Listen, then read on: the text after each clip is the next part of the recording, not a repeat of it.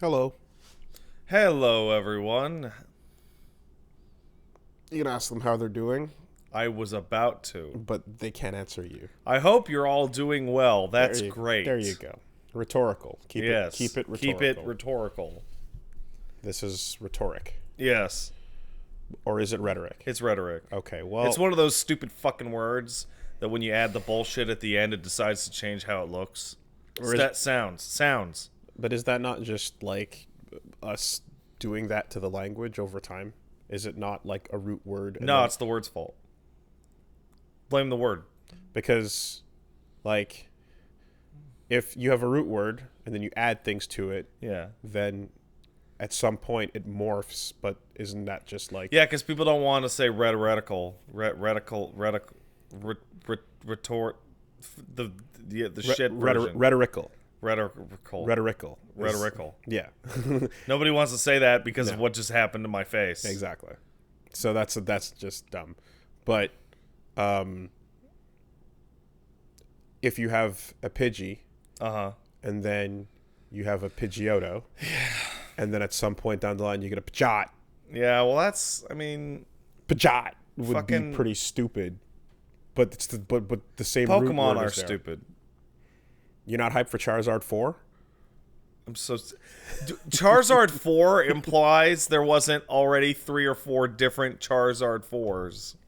There's Charizard 4. What is it now? Because, I mean... Talking about Armored Charizard? We're talking about the new one they just announced, Charizard 4. The sequel to Charizard 3. There's already been like 3 or 4 sequels to Charizard 3. Well, no, there's Charizard. Yeah. Then there was the sequel to Charizard. Yeah, X Charizard. And then there was the Dark Charizard. Yeah, and Y Charizard. And now you've got Charizard 4. Pokemon sucks so stupid bad. Stupid Pokemon. I mean, bad. At some point you hit the number where you just have to start saying Charizard Balboa. Or Charizard Origins. I hate it. Charizard Resurrection. I hate it. Because I really don't care. The number gets too high. I really don't care for Charizard 5. I really didn't think it was cool how Charizard fought Ash in the street near the end. I thought that was a really lame way to end the match. Do we just jump to Charizard 64? You know, at some point the numbers, you can't use the numbers anymore. You got to start just using the names. Wooly, I think there's one underlying current of this conversation that you and I are ignoring. And I know that even though you disagree with me at the end of this, you will agree with me at the beginning. And that is, Charizard sucks ass. Of the 3 main starters, your favorite is Blastoise, right? That's correct. Mine is Venusaur. But we can both agree, Charizard sucks shit. It's a dragon. Yep. It's not a weird plant beast. It's not a fucking giant tortoise with guns in its back. It's a dragon. It is easily the most boringest, stupidest Pokemon. And every time somebody goes, oh man, my favorite Pokemon is Charizard, all I can think of is this person is a fool. But here's the problem. How are you going to sell kids if not with a dragon immediately? If Charizard was a Dragonite from the get-go. Dragonite's fucking so bad. But if Charizard, was actually, if your Charmander evolved into a Dragonite, who the fuck is buying that on day one versus the turtle with the cannons coming out of its back? Well, I remember seeing Red and Blue and seeing those two next to each other, and Venusaur was never on a packaging because God's not fair. But just being like, who the fuck's gonna buy Red? Look at this loser dragon. See, compared to this, but you're thinking too different, right?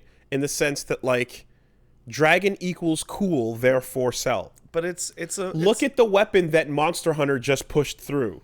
Yeah. Look at what Japan voted for. I get that, right? But it's safe, cool fantasy. It's a series of cool, weird looking animals, and this is the one that is the simplest of all. Even Pikachu. I mean, it has fire on its tail.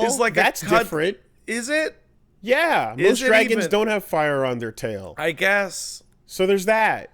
I feel like that detail of its design Dude, like, isn't even visible on the box. Like, it just, it's way, I 100% think that you could have gone, like, more creative with that. And guess what? They did afterwards. Yeah, there's a bunch of weird dragon types later. Not even dragon types, fire types. Oh, just anything. Blaziken is fucking rad. Kimkar and Blaziken are cool. Yeah, there's Cyndaquil was cool, and yeah, they're pretty much all great except for the first one. But that thing was what it was, but at the same time, it's like, it's the first dragon, therefore it's going to be the first cool. But it's not even dragon, it's fire. Okay, when you show off a Digimon, guess what, right? Guess what the fuck you get? You get a blob. You get a little moe blob. Well, no, you get Agumon, who was a little dinosaur. Yeah, and then he became like a gun. But at first, you got to show the kids the thing where they're like, yo, but the cool, though. Kids are stupid.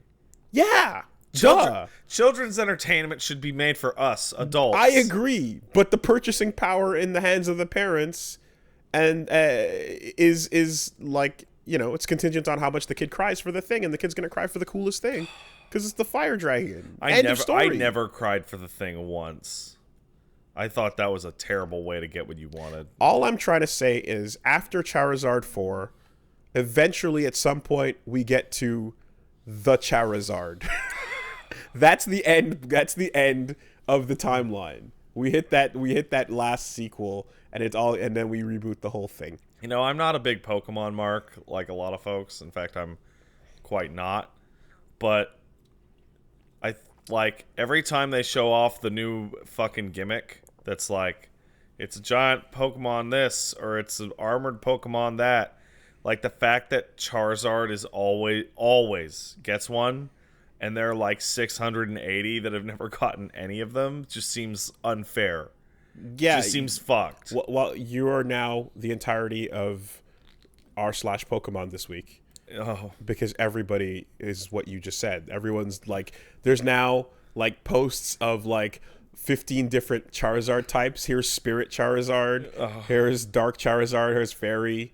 And like and everyone's just going off on the fact that like someone even made a little stat breakdown of how much precedent the Gen 1 stuff gets over every other generation, and how it's super duper like tilted and unfair.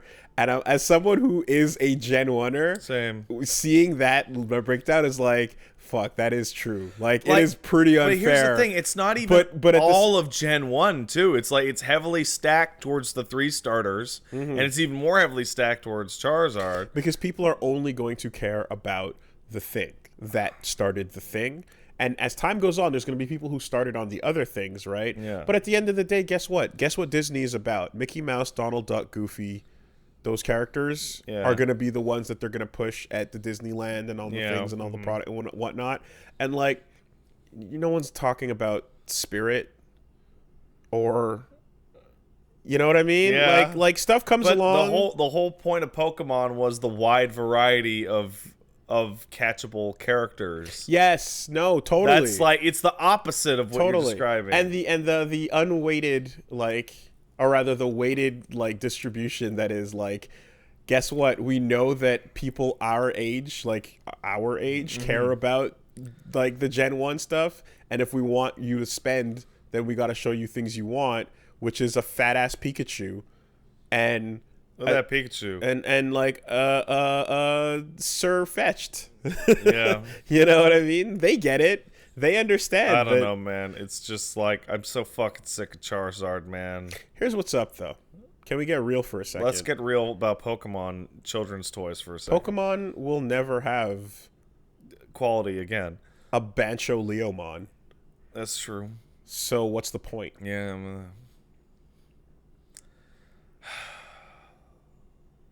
I gotta ask a friend of mine, a big Pokemon nerd, like, what was the turning point where Pokemon went from being exciting to being good to being shit? Okay, I feel like Pokemon has not been legitimately exciting in like 35 years. Yeah, but how qualified are we to get into That's why I said I gotta ask a friend of mine. Yeah, because let's face it, how in there are you? I've heard so many different things like, oh man, fucking not X and Y, Black and White was crazy because Black and White didn't let you get any old Pokemon until you got the ones in black and white. And it was new and was about Pokemon humane treatment and all sorts of shit. Popular consensus seems to be Gen 6 is what it all went. Well, you need to use game titles, nerds. I don't know what you're saying with your gens. The part where we didn't keep up with each generation means that, like, you didn't keep up with the minute changes. You didn't see where the series went and the highs and the lows in a way. Okay. Everyone's saying X and Y is when it went downhill. But that was also the relaunch onto a new platform. Yeah, but that we picked up. See that's the thing, right? That's when they were not able to make shitty looking mobile games anymore. They had to make slightly better shitty looking mobile games. You know, the complaint we have, though, first, and it's funny because, like, the new games actually have this attempt to dip their toe in the water, as usual, where there's a 3D wild plains mode where you run around and you can encounter, like, shit out there. You know, it's and it's, but, like, it's the same complaint we've had for a long time with, like, I just remember, like, early Nintendo stuff where I like the whole, like, kiddie games argument would happen. Yeah. And I'd be like, no, it's fine. Shut up. I like these games. Yeah, they're good. Shut up. But then there would also be the, like the hope deep inside. You're like, man, I wish they made more serious games, though. Yeah. I wish sometimes they'd be more serious. I remember having friends that owned GameCubes, and they all lost their minds when RE4 got confirmed for the console. Which is why when James Small sent me that list of, like, one of the greatest top 10s ever on GameFAQs, which is the top 10 most serious games, I fucking lost it because I was like, oh, I know exactly where this kid is at. You know, this is a kid he's playing games that he shouldn't be playing based on the PEGI rating on them. Yeah. You know, and, like, or the ESRB rating rather. And, like, you like your Nintendo. You've always liked your Nintendo, but you just wish that you'd have something to talk about when all your friends are going off about the super scary Resident Evil games on the PlayStation, or the PS1 and 64 the crazy dynamic Metal Gear Solids was so fucking weighted in terms of age. Like 64 had incredible games. Like, it had fucking those 60 Mario and Zelda and all that shit. But, like, oh, you're talking about Final Fantasy. What's going on in Final Fantasy? You're talking about Metal Gear. What's going on in Metal Gear? Like, the Grand Theft Auto, dude. The tone. Grand Theft Auto. Yeah, but I'm just talking PS1. Yeah. Because that's when the gap was the biggest and the weirdest. You had Fear Effect and shit like that. All these horror games with fucking hard murder all over them. And it's like, playing Blast Core. Ooh, yeah, the Nintendo. Yeah. The Nintendo was still the Nintendo. Yeah. And those games were so good, and they still represent the backbone of what I like about video games. Oh, absolutely. But I just wish that I had something else because all my friends were talking about. Can I dig my teeth into something just a little meatier in terms of tone? Yeah, so, and then eventually when RE2 gets ported, you're like, oh, look. Oh, wow, it's a shitty version of RE2. Cartridges can handle you don't need discs. And then you load it in, you're like, no, they can't. No, they can't. Alpha 2 for the Super Nintendo, baby. We did it. We did it. We won. I should mention, though, I'd say that it's a bad version. That version is a technical marvel. Of course. It's just that the cutscenes look so bad because of course they do. They're using like 32 megabytes for like all of the game's cutscenes, and it's just like, oh. And the only reason why anyone gave half a fucking fart towards the general direction of Shadow Man was because it was like, look at this mature ass game coming to a Nintendo system. Yeah, a lot of those games were terrible. Of course they were. On the 64. But they were mature, and it was like, oh fuck. And then when we saw Toon Link for the first time, and everyone like blew their fucking wad because opposite of that, everyone got super upset. Everyone sucked in their wads. Rather, because slurp it back in. You know, like, one, that's not what they wanted after the last couple of like more like in between games where you get your your Ocarina of Time, which goes both ways, and then you get your Majora's Mask, which leans towards weird the dark, and creepy. but it's still Kid Link, but it still gets creepy and all that shit and whatever. And then you get your Wind Waker announcement and everyone goes, what the fuck? Because in 2001, they showed off the Space World demo. Yeah. And the Space World demo was prepped serious. everyone for serious Link fighting serious Ganon in the basement. I'd like to go back in time for a second because we're really far removed from Wind Waker's announcement now. That was, 15, 20 years ago now? Mm-hmm. And people look at Wind Waker HD, or they look at old Wind Waker stuff, and they go, people didn't like this art style? That's fucking crazy. But you have to remember, it's part of the context that you and I are talking about. The Nintendo platform, for 8 years, had gotten almost nothing in terms of games that were aimed at in tone, that were aimed at anything higher than a 12-year-old. Teen. Yeah. They were all rated teen at highest. At highest. And M games were far and few in between. And PlayStation had a near monopoly on games for adults or older kids, such as every survival horror game ever made, most RPGs at the time, action games, stuff like Metal Gear. Metal Gear was I remember playing that when it came out, and I was very confused. I had to do a lot of research to understand what the fuck they were talking about. Because I don't know what nuclear proliferation is, 10-year-old Pat, right? And then you over and over and over and over and over, and especially for N64 and GameCube kids or whatever, their friends are, oh, yeah, I got... And then it's oh, but Zelda, that Space World, oh, man, it's going to be super cool and serious. Listen, the number one thing kids want to do is pretend to be adults. That's what's up. And now that we're adults, I desperately just want to pretend to be a baby all day. Yeah.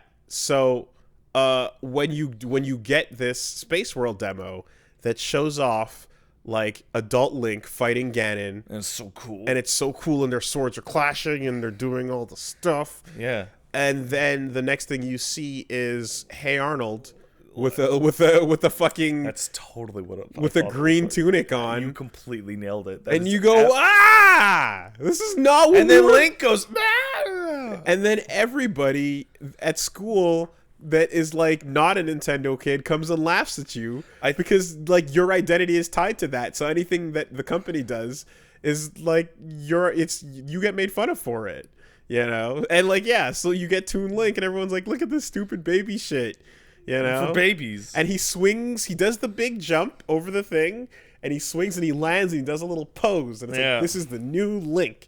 And people are fuck off with that. Never before has the phrase, this Mickey Mouse bullshit, been more appropriate. Even actual Mickey Mouse in the Kingdom Hearts games was given a more serious tone than Link in the Wind Waker. The Hey Arnold choice at the time had some fucking weight to it. But it was still an artistic and creative choice that was cool. And it was gorgeous. It worked really nicely, especially when the whole game came together and you saw what the rest of the characters looked like, and then you saw what fucking Ganon looked like. I vividly remember when the Wind Waker stuff came out and we saw it in EGM. And I was like, okay, you go ahead and keep playing your fucking baby shit games. I'm going to go play Final Fantasy X. Yeah. And Metal Gear 2, and it was so stark. Baby shit games. That's exactly what the thought was. But I did, and it was great. But then so after having this weird moment where you're everyone laughs at this, I really enjoyed it, except for the back we third. Don't need to. But I was appreciating the art style, from just a cartooning point of view. Yeah. And and people that are, and your friends that are going to fight with you are going to be you're just rationalizing your tastes. Just internalize the pain. And I'm oh, is it? Because I know people that do that, and that's garbage. That guy. Oh, I've known people who do that. That guy that we talked about, where the fucking FF7 ringtone went off, and he thought it was a Zelda thing because his hatred of anything not Sony was so aggressive. It was just this. Anyway, whatever the story was. Hard cut. Flash forward. The trailer for Twilight Princess. Blades will bleed. And the Lord of the Rings army on the horizon, right? Like marching upwards, and you get the fucking the Gaijin 4 coma, like you get the everyone losing their shit reaction because people who were making fun of the last thing are getting a thing they think is cool, and people who like the last thing are finally like, no way, finally, look, everybody can and then we all freak out because it's super realistic and it's dead serious. We all finally got a serious Link game, and it was the top 10 most serious games ever. And now, even though it couldn't be because it's still about Link and Zelda and Ganon. And now everyone is gonna see, and everyone's gonna stop thinking that it's a stupid baby. And then you start that game, and that fucking weird baby with the eyebrows is there. Yeah, sure. And you're like, whoa. And Mallow's the most serious of all. But either way, and then you can go back. You go back and rewatch the reveal trailer with the audience reaction. Oh my god. For Twilight Princess. It's this weird thing. It's like, was the Wind Waker art style incredible? Absolutely. And it remains incredible. And it held up really well, too. But, like, was it the right choice for the time? I don't think so. One of the top 10 pop-off audience videos of all time in video games. Twilight Princess reveal trailer. With Shiggy jumping out on the stage afterwards. Yeah. I am not Rink, but I do know him. Like the probably second it goes to Snake and Brawl. Yeah, Snake and Brawl was like babies were born at peak explosion. Website checking that Nintendo website was like, oh my god, the amount of, like, you'd walk through the office at work and people were just refreshing that shit, F5ing their browser all day, waiting for that update, you know? Snake and Brawl, big pop off for that. And, like, I know there's been a ton since, but I always talk about the Mexican Iori reveal. Yeah. Because I haven't heard anything like it. And that's just lost in the annals of time. But yeah, man, if you enjoy proxy crowd hype videos, Twilight Princess is up there. And then from that point forward, I think they started just like getting ports of other shit, you know. But Nintendo did, like, they had an image of being not serious because they aggressively didn't want those games. Yeah, for sure. Except when they did, but they would go to other people to get them. I don't know. It's a weird thing. I would love to see a more serious game from Nintendo of any kind, but I don't think anybody who works on their primary dev teams wants to do that. Is it not annals? What's the word? Annals, I Annals? Think. Annals of time? Yeah, the annals of time. Okay. I've never heard it pronounced. Yeah, I think the only time I've ever heard it pronounced by another human being is fucking Eli talking to one of his Dark Souls things. Annals? He says the annals of history. Annals. Okay. Now I learned it. Cool. Yeah.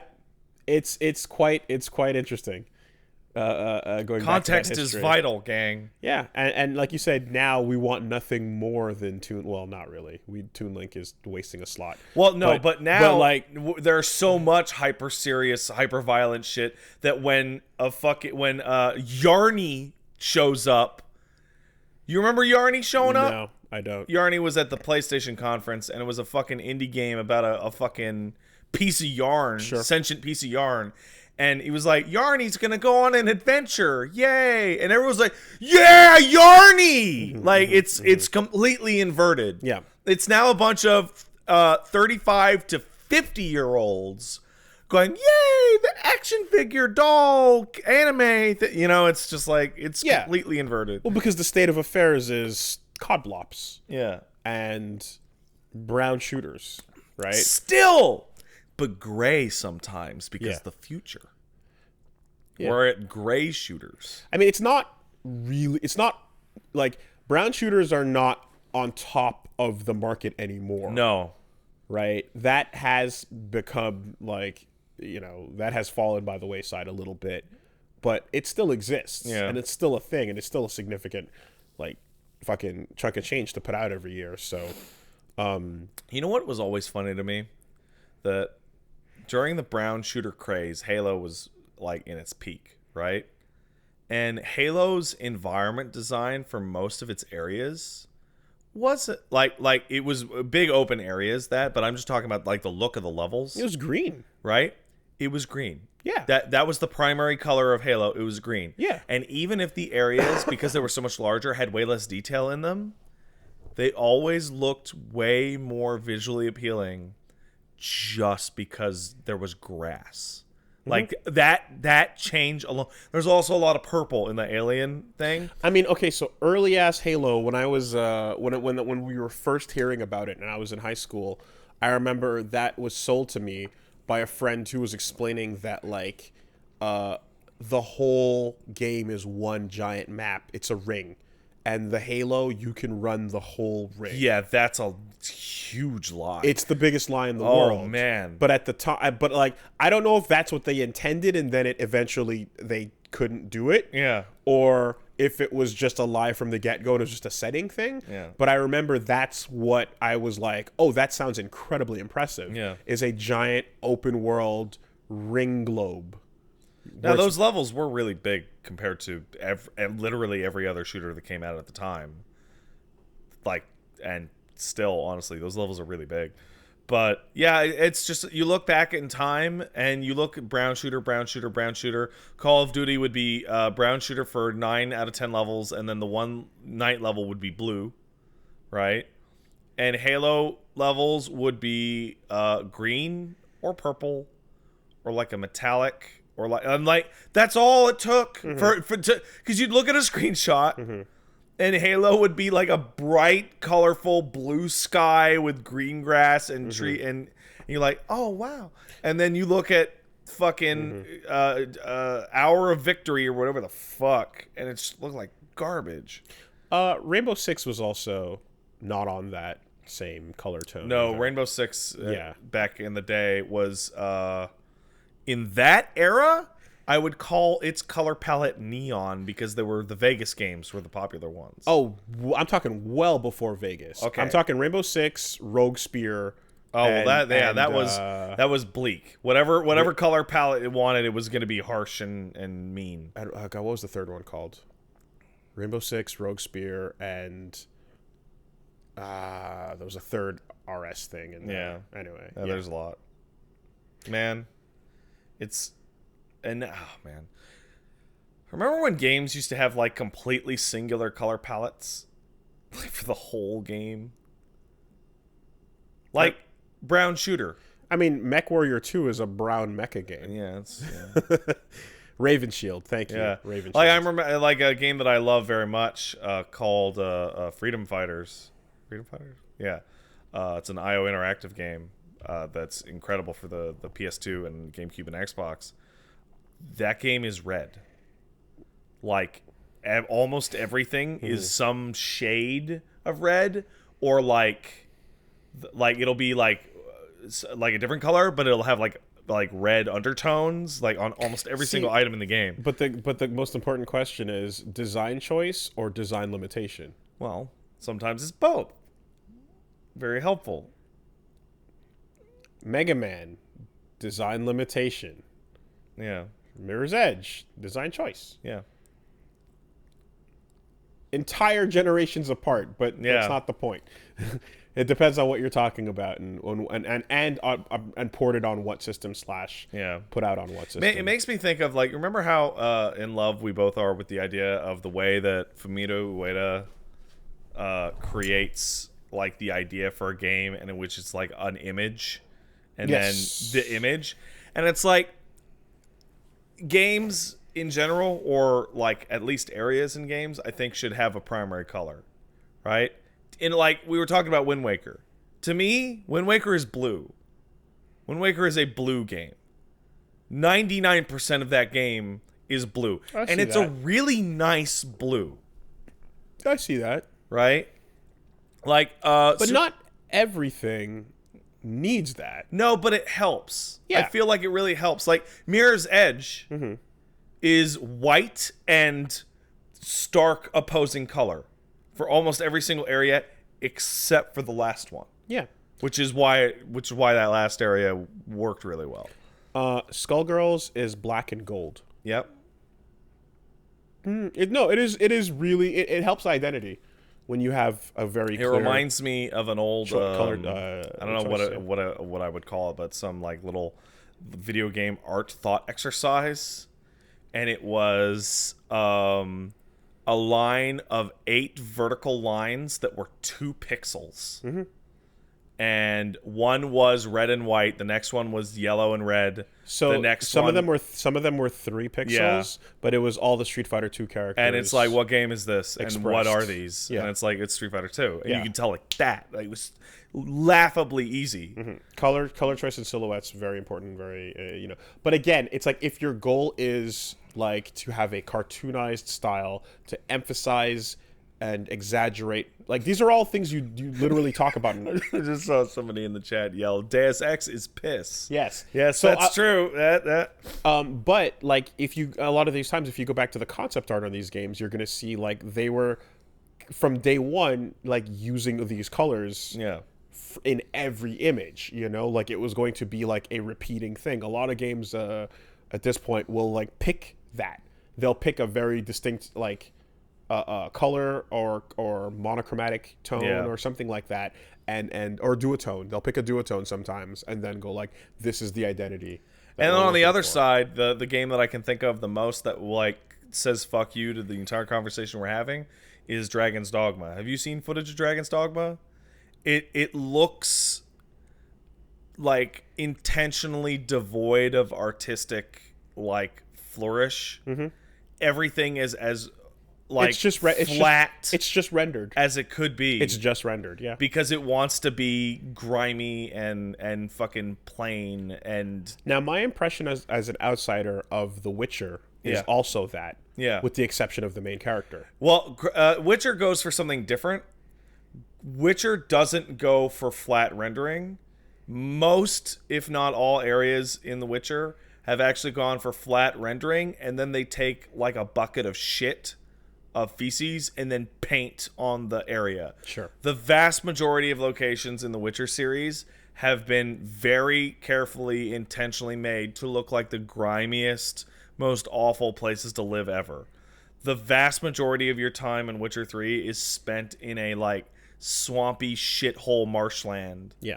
That is like, yeah, this is like a kind of Europe that's not like hedgerows or anything. It's like, this is just a fucking horrible. These forests are kind of thick, but they're shitty looking. Like it's just a shit area. Making a design choice to play with color is, I mean, you know how important that is to me. Yeah. I purchased and completed the Saboteur Yeah. entirely sold on the concept of how it plays with black and white and color. Yeah. And as you liberate areas, they go from Nazi Germany in black and white with red swastikas and whatnot to being like liberated and colorful in France. Like that shit is pure aesthetic. I super love that. Not every game, like. Anyway, it depends on the subject matter, I guess. Obviously. It's not always. We're kind of meandering. Yeah, here. yeah. But no, I like it when something has a definitive color. I would say that Indivisible right now to me feels like whatever shade of yellow is Ajna's shirt is the color palette of that game. Yeah, I would agree with that for sure. And like it, I remember when like we saw the ink splotch Street Fighter 4 like idea. Ooh. And then it was like, is this going to be what the game looks like? No. No. Of course not. And they thought about that, and it was too much. But but they kept it in places like focus attacks. Yeah. And eventually, like Ryu does his Shin Shoryuken and Yeah. stuff. But it was the aesthetic of those cutscenes that we saw early on. Yeah. That where everyone was like, oh my god, is this going to be the most Okami looking beautiful thing ever? I think the one that hurt the most was like the Street Fighter Cross Tekken like CG trailers that all had wild like different CG art styles. And then it was the game, and you're like, I mean, I thought it was really interesting that when Super came out, the new intro did watercolor instead of ink. Was it pencil? Because I know there's one that did watercolor, but with Chun-Li. I think. No, yes. The Super one did. It did hatching, right? It did cross hatching. In the intro with Super with Chun-Li fighting Kami. Yeah. And then Juri shows up. Yeah, you're right. But there was a watercolor. Yeah, no, there was a watercolor one as well. I think it's 5's Chun-Li trailer that has watercolor. Perhaps. Yeah, getting it all together. Okami represents like one of the most successful versions of like of look, theory, game, pretty concept, execution, all married together. Oh yeah, very good. Top to bottom. You know, port that game to whatever. Just keep porting it. Port it to 4K, no problem. It'll still look glorious. You know.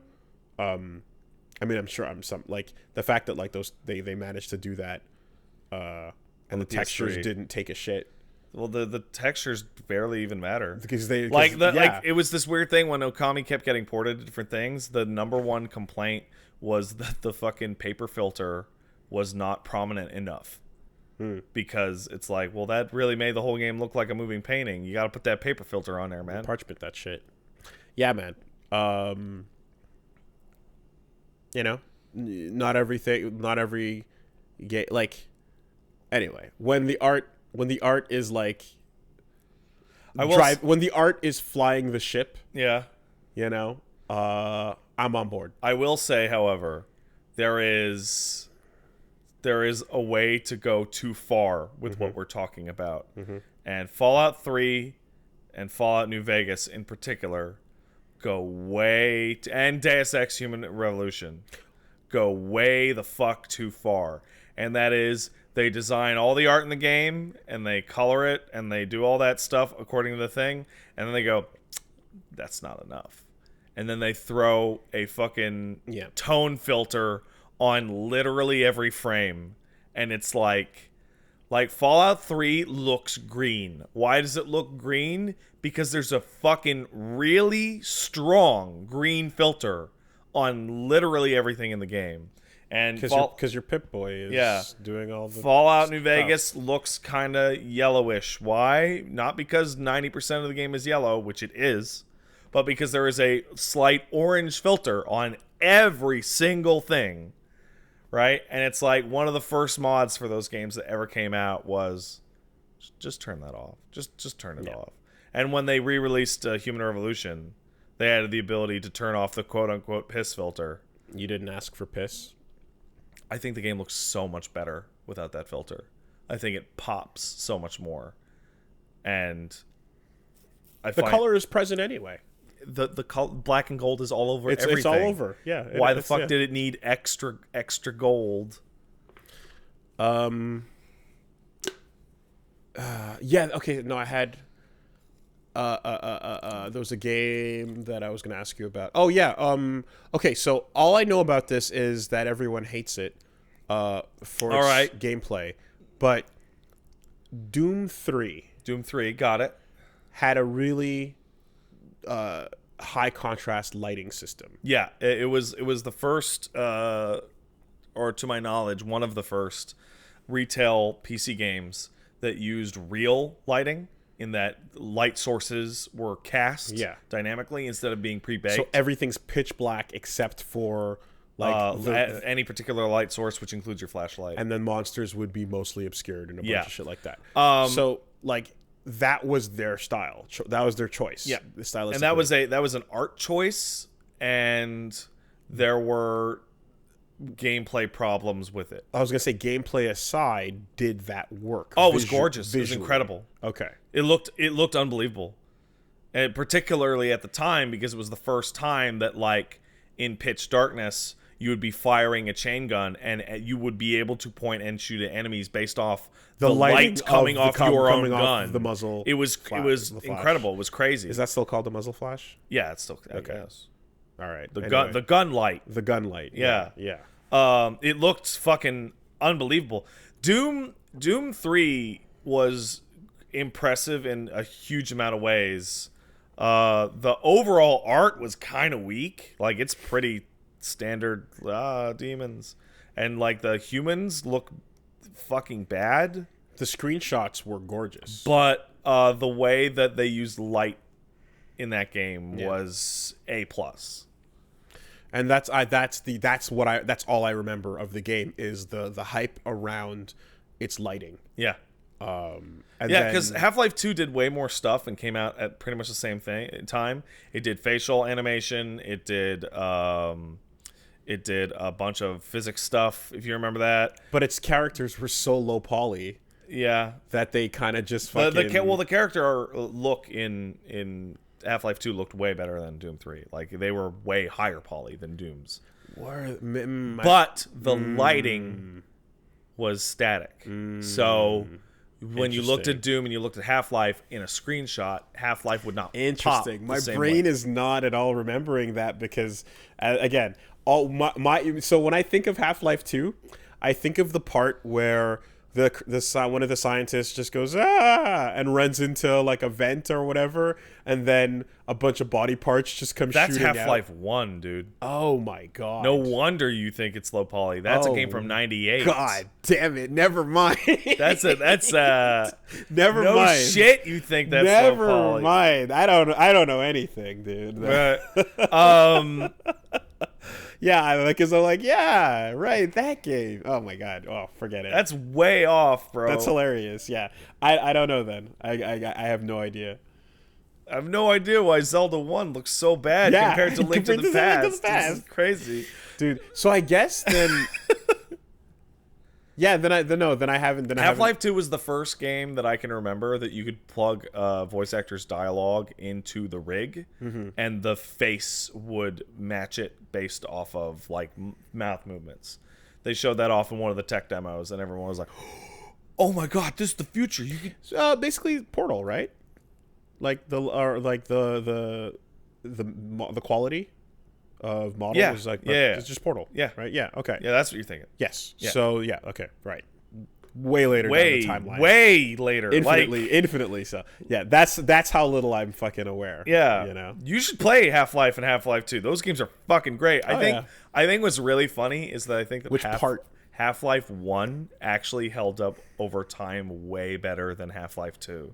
Because Half-Life 2 has these moments that aged so fucking bad. In Half-Life 2, within the first 2 hours, there's a part where it's like you have to get up to you're in like a little pit and you have to get up out of the pit, and the only way you can do so is there's like a seesaw and there's all these bricks in the area. So you go, I'm gonna take the bricks and put them at the bottom of the seesaw, and then when I go up on the thing, it won't fall because physics. And like in 2001, I think it was, that was like, oh my god, this is the fucking future of video game. And now it's like, oh, this puzzle sucks. This puzzle's shit. This sucks. Also, anyone can run a physics engine over their Unreal Engine grass with perfect skybox. Yeah. What else you got? You know? It's like, okay, yeah, you can get photorealism and physics. What else do you have in terms of game design? What's interesting? Particles? We got particles. We've got photorealistic Sonic and Kirby running around the grass field. Jump Force. Every single time I see this is what Zelda would look like in the Unreal Engine, I go, that looks like shit. Because you're just throwing like a Sonic or a Zelda model like into one of the Unreal asset levels, like the forest or whatever the fuck it is, and going, no, but this is what it could be though. Yeah, it could be boring looking and totally devoid of any personality whatsoever. Publish an article about it. Do it. Publish the article. Do it. Come on. Like, I was already making fun of those videos when I first saw that Kotaku article pop that was just like, this is what Mario could look like if Nintendo embraced. Oh, it could look like shit. Oh, great. Yeah, good. Super. Anyway. Awesome, great. What's going on? My internet has been fucked. So I took a week off a little bit ago, and then as soon as I came back to start streaming, my upload is terrible. It goes from 6,000 kbs, which is perfect for streaming, to 0 every couple of minutes. And sometimes when it's real bad, every couple of 30 seconds. Just Are you straight up? No, it is technical. It is not. I am not uploading big porns. Are you saying here before King and Country? Yeah. That you're a red bar? I am a red bar now. You need to go home. I know. But home is where the red bar is. We'll figure it out, buddy. My internet has go been play getting, in a net cafe. And I've been looking at it, and I was like, it's been getting worse Next and worse to over Jacker McGee. About a period of 2 months, but I never really noticed because it didn't affect streaming. But then, like, I'm like, fuck, I'm so frustrated. Maybe it's just the Twitch servers, and then I logged on to Destiny to have shots not register, and then people teleporting around, and it's like, oh, great. Yeah, so I'm a big red bar now. Videotron sent a man out to my house. The man went into the back of my house and the Videotron box where the cables go and the internet comes from. He went, yeah, this shit looks broken. He replaced every single part of it, replaced the cable, did all that shit. Did you play any games to completion? We tested it. I was like, wow, looks great. And then he left. And an hour later, broken again. So I'm getting fucking Bell installed tomorrow. That is a whirlwind of emotions that I'm sure you're going through. Yeah, well, Bell offers fiber internet. Videotron does not. Mm-hmm. But at the same time... You came crawling back, did you? Willie, you always crawling back. We really only have 2 ISPs in this province. I've managed to stay out for years. You crawl back and forth between the two, depending on service. I've managed to stay out for my entire adult life. Really? Yeah. Never did it. I don't know what to tell you. Bell offers a faster service that is more reliable.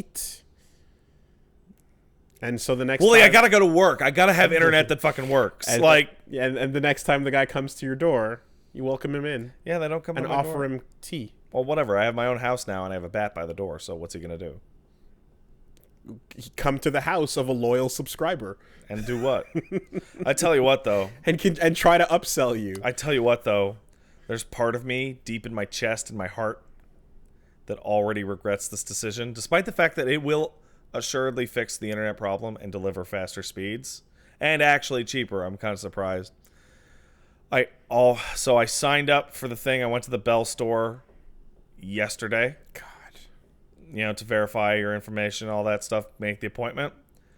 On the way here to this podcast, I got a call from Bell offering me the TV service that I rejected 10 times yesterday. What did I just finish saying? I know. Now, luckily, my phone is on permanent silent, and every phone call goes to voicemail, ever.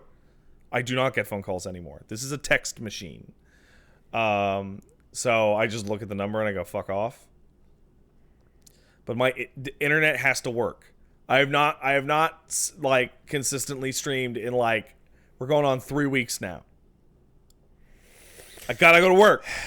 Dude, it's that X. And it's that X where when she sees your number calling, whatever horrible fucking entrails she's pulling out of a body. Yeah. She stops to go, oh, Pat's calling. Yeah. Ooh. Yeah. Hey there, what's up? Well, trust me. What you doing? I'm going through all these emotions, but the primary emotion is anxiety because every time I go to fucking work, I go to stream, the stream lasts for an hour and then starts to fall to pieces. Gotta be able to do it. Yep. That's the end of it. Yep. Like, lest you become the red bar warrior. Yeah, I refuse. I don't want to do it. I can't. Looks like you just, it's just where you live. You're gonna need to find a way to get out of them boonies and get into somewhere where there's real internet. It's a really easy opportunity to as Aegis Reflector the as far as I situation know, back at you, I'm so. pretty sure I know exactly what is causing the internet troubles with Videotron, which is Videotron does not offer a fiber optic service. They say it's fiber, but it's a lie. It's called fiber to node, in which they have a fiber line that goes to your local telephone pole or whatever, and they run a coax cable from that to your house, right? Problem is that coax cable to your house means that fiber node is being shared with everyone in your neighborhood that has Videotron. I was waiting to say at least it's not your neighbors like it used to be. And you're saying it probably still is if you your use neighbors. cable, right? Coaxial cable internet. Yeah. You are sharing that internet with every subscriber of your particular internet service on your block. Yes. And the fact that the upload speed that I am using starts to fucking hard tank at about 9 p.m. every single night leads me to believe that it's quite possible somebody is uploading big porns in my vicinity. Could be. So the primary reason I'm going with Bell, because they have a fiber optic service, is because you don't share a fiber optic line with anyone. Maybe someone in your area is mining for Bitcoin. Maybe they are mining for Bitcoin. and somehow that's affecting bandwidth. Yeah, somehow. It's an offline. Get your coins out of my computer. So that's really frustrating. Yeah. I mainly play Destiny. I don't really have anything new to say about Destiny other than I'm enjoying it a lot. It's really good. Did you play and complete games as a red bar? Did you with your? Oh no, yeah, in Destiny it's not a problem. The upload thing is completely fine. Okay. But I did play some Indivisible. I played 3-4 hours of Indivisible. I caught wind, which I do not like at all. Yep. That's what I heard. I'm not going to say that it's bad because it's not. It's actually extremely high quality in almost every respect. I don't think I like anything about that game other than its audio-visual presentation, which is fantastic. And I'm going to assume it's because... all the things that you said were great last week. I'm going to assume it's because you miss the things that other games have. Everything that you talked about, oh my god, I'm so glad it's gone last week. I want it back. You want a menu. I want a menu. Yeah, you want a list. Okay. You want to heal between fights. Let's fucking sidestep something for a second. That game needs a move list. It's stupid that game does not have a move list. The triangle how to play the character screen should show you more moves. It should show you what every move on the character does. Yeah. And I saw Mike Z on Twitter talking about how complicated it would be to add a move list to Ajna because her move list changes. Over levels. And he's like, it's just so hard. Just learn the moves. I'm like, all the problems you were describing with why it would be difficult to implement a move list is why it is difficult for people to learn this character's moveset in their mind, Mike Z. Put a goddamn... And he kind of got snippy. He's like, every game we make, people ask for a move list. Like, yeah. Put a fucking move list in your game. It's it was really frustrating to me when I was playing as Ajna and she did a cheer and she changed her moveset when she got the bow and I couldn't launch anyone consistently anymore. Or and she got a cheer at one point and I was like, what does the cheer do? What does it do? It makes the arrows explode. Sure, but what? How come the cheer doesn't come out? Sometimes I can do the cheer multiple times. It's a down anyway. It's a down attack later in the string. Right. Yeah. And it's totally agreed. I think that this is an RPG made by a bunch of people who go, we need to take all that crap filler out of RPGs, and it's not an RPG at all. It's an action game with platforming. So what makes an RPG? Well, I don't know. Because I disagree with that, and I think this fits into like this fits into like what I understand an RPG to be, but at the same time, here's the thing: if just because something has levels doesn't mean that it's an RPG, right? And damage numbers and the party. Out of the 3-4 hours that I played, the vast majority of my time was spent platforming, doing kind of actiony game battles like Valkyrie Profile, or bits of dialogue. So let's head it off at the pass, right? What is a genre? Yeah. Is not something you can put a hard limit on. No, it's variable. It's always going to be variable, right? The what is a fighting game discussion that I've had for years or whatever. I would say that Indivisible is closer to a single player fighting game than it is to an RPG. But the point remains that like what is a thing is always going to have examples of things that bend the rules, and it's always going to have things that include some more that others do more and that others do less. So like.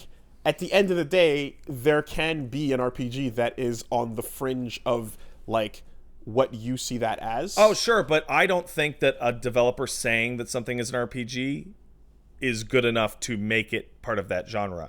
I could call Super Mario RPG a shooter. That doesn't necessarily make it a shooter, right? Not necessarily, no. But I think that like like you and like Quest 64, yeah, right? To some people wouldn't be an RPG because it's a piece of shit. Well, the combat is what I'm talking about. Yeah. Right. But at the same time, I think it's ridiculous to say it's not an RPG. Well, but do you remember how we described how people called Zelda games RPGs and how that's ridiculous? Action RPGs. Yeah, I think that is way more. I think that is way more sensible than calling Indivisible an RPG. An action RPG. Yeah, that's what we said. Yeah. This is what RPG elements are there? There's a level on your main character, and that's it. To me, it's like having a party. I guess lots of games have parties. I know, but now we're getting into the feelings of it, right? Because I'm not an like RPG expert. No, certainly. but what RPGs tend to have, like to do the same thing I did in Fighterpedia. What is a fighting game? Yeah, right. Like is Smash a fighting game? Like you go, okay, you can't put a hard list down because there's always going to be exceptions, right? But you go, what do they tend to have, right? RPGs tend to have levels. Mm-hmm. RPGs tend to have party members. Yeah, they also tend to have exploration. They also tend to have customization of those characters. They also tend to have management and choices that you make in the. Remember when you described downtime? There's no menu management. Yeah, that's part of. They tend to have those. Yeah, they tend to have enemies that become encounters. Yeah, right, and then that lead to bosses. They also tend to have a narrative focus. Okay, so what is Yakuza? Yakuza is absolutely a classic JRPG. Okay. Top to bottom. Like everything that you would say. Well, like not top to bottom because your combat system is active as fuck. Yeah, your combat system's active, but so is the Legend series, and those games date back to the Super Nintendo. Okay, but when you say classic RPG, my brain thinks of Dragon's Quest and Final Fantasy. It's very, very similar to... Sorry, not Legends, Tales. I'm thinking of Tales. Yeah, but Tales games are further from the pure... idea. Yeah, dude, Tales games came out on the Super Nintendo. But RPGs, right, that are not that, when you look at the rest of the genre, do they not tend to be turn-based? Depends. And like menu-based, like... you've got the Star Ocean series, you've got the Tales series, you've got... Like, I think it's being facetious to say that, like, so Tales exists as this game that is has an action battle system. Yeah. But it's very obvious that when you go into Chrono Trigger, any of the FF games, any of the like Dragon Quest games, any of the main like, and a lot of the major franchises that are RPGs will have a fight item. Magic. Fully, absolutely. Run, you know, but what I'm saying, we know what that is. What I'm saying is that Yakuza is aside from its combat system, which is active, right? Mm-hmm. Everything about that game structure is old school RPG to the maximum. They're open area ones, right? And then the combat system is a punch and kick, which is unique to itself, but it having a unique feature does not disqualify it, especially when that unique feature was also seen in... There are so many fucking Tales games. And there are like 4 or 5 shitty Star Ocean games. Mm-hmm. Like that, and Infinite Discovery and all that crap. Mm-hmm. Like there's a bunch. That is not unknown. By that metric, like... fucking Indivisible is just a story-heavy Metroidvania with pseudo turn-based battles. Because Tales has always, and to me, the Tales series has always existed as like an RPG with a twist. Yeah. You know, and well, the thing is and I bring up becomes- Yakuza because to me, I'm like, my impression of that is like that too could be an RPG with a twist. Although in my head, it's also like Shenmue, so.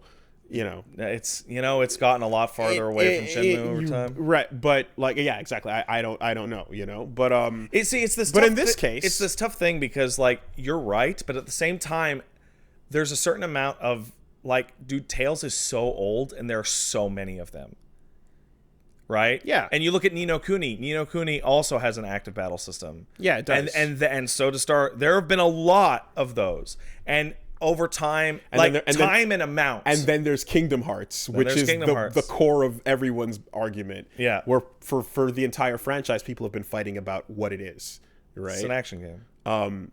So, but in the end, I don't think... But the genre classification... It's not a big deal. Isn't important. No, what is not. actually important... Yeah. So, the only reason I would say genre classification is important is because the game was pitched as an RPG. And it's not. I mean, it's pitched as what it is, though. Like it literally says action adventure RPG on it, and it's an action RPG. It's not. Well, there are no RPG elements in this game aside from battles and leveling, and only one character levels. But those are big. No, they're not. Almost every game levels up now. Perhaps to you. No, Wooly, I'm literally telling you, almost every single game has you leveling up now. Sure, I understand that aspect of it, but I'm saying that like the way the game like plays out, the feeling of it, the pace of how it's like the pace of how it plays is a fucking subpar Metroid game with action battles. All right. Anyway, like because at some point, right? Like we can debate the definitions, but you don't need to get into like that to just say what you didn't enjoy about it. Okay. Well, what I didn't enjoy is step one, it was portrayed as an RPG when there are almost no RPG elements in it. The only thing that you actually get to decide at any point is your party makeup. That's it. You don't get to decide where to go. You don't get to decide what to do. You don't get to decide what to use. All you get to decide is who's in your party. That's it. That's the extent of character choice or customization total. There aren't any items. There isn't any equipment. There isn't I knew that Indivisible was going to be a problem for me within 20 minutes. Because the first 20 minutes is the worst part of the game by far, and it shows what that game cares about. When you get to there's a point where you get to a boat and you can travel to areas. In terms of where to go. In any particular area, is there any side paths? Are there any... You go back to find... There's Ringsel's, there's as far as I know, there's items you can go back, or bosses in certain areas as well, fights in certain places. I explored every area all the way up. There's items that you get later on that lets you go back to do things in a Metroidvania kind of way. Yeah, but it's there. It's not a complete, like it's not like you can't choose to go those places. So that's not really true. But you can continue with your other so points. I should mention I got to Mount Simiru. That's where I stopped. Okay. Which is I got the bird Nakamura chick. Yeah. Right? Yeah, it after that. After that? Yeah. That was 4 hours in. But go on with your points. You start the game and it has a very Lunar style, old fashioned, like the old party is fighting the final boss. That's really cool. And then you go to your starter town. Right? You wake up and there's your starter town. And each character has a line of dialogue and they're all in a row because it's 2D. And none of them are merchants, which was worrying. None of them had anything to actually do. They were just background chatter. And then you talk to your dad and you have one conversation. And before that conversation even started, I'm like, he's going to die. This village is dead. but I was blown away that the village was dead by the time I had returned to the former screen. Like, what do I give a shit about these no ones and this character that's had, 40 lines of dialogue? Oh no, my dad's dying. Who cares? Like, there's no setup. It's just, it feels like a kid fast forwarding through a movie to get to the cool part. Because there's nothing there. And that's when I'm like, okay, so the game's story means nothing. And it's all just going to be an excuse to get new party members on your team. Like, everyone in that town was dead within 20 minutes. Yeah. I can't make a qualitative statement on how much time you need to spend to care about what you're looking at or not. Obviously, in the case of something like Xenogears, it matters more because more time is spent. Sure. In other cases, if you're looking at the fare in Chrono Trigger, or rather, a more apt comparison would be Wild Arms, right? Before the shit hits the fan or whatever. Like, Wooly, let me tell you something. Sure. I've played a lot of fucking RPGs. You certainly have. All right. There is a really clear formula that everybody uses because it works. Mm-hmm. And there are obvious divergences from there. But you mentioned Chrono Trigger, you mentioned Xenogears. The usual thing is plop you down in the town, force you to interact with the town in some degree, maybe do whatever, have a dungeon, reason to leave the town, right? Leave it, have a sequence outside of it, return, then it's fucked. When you interact with it, you have to know characters, you have to meet people. Like, even Legend of Legaia, a kind of subpar but cult classic game on PS1, follows this formula better. Sure. And here's the thing. I don't mind that Indivisible doesn't follow the formula. I mind that it follows the formula, but rushes to get through it as fast as possible. Suikoden 2 with Luca Blight, right? Everybody loves Luca Blight Die Piggy, right? That's the intro to Indivisible. It's very, very similar. The difference is that when you're talking with your dad on the hill, and he's looking behind you, the town is on fire. It's on fire right now. Unless you mean to say that the entire attack happened in the 35 seconds that it takes you to run back. Actually, his back is to the town. He's facing you, and you're so you should be seeing the town on fire. It's the other way around. Oh, my bad. Ultimately, like, it's like it's much harder to just be like, there's no defense to say like, okay, but that didn't bother me. I enjoyed. Yeah, I know. So I like when it comes to something with them, like, yeah, I would have, like, if you spent more time, if there was more content in the village, that would have been objectively better.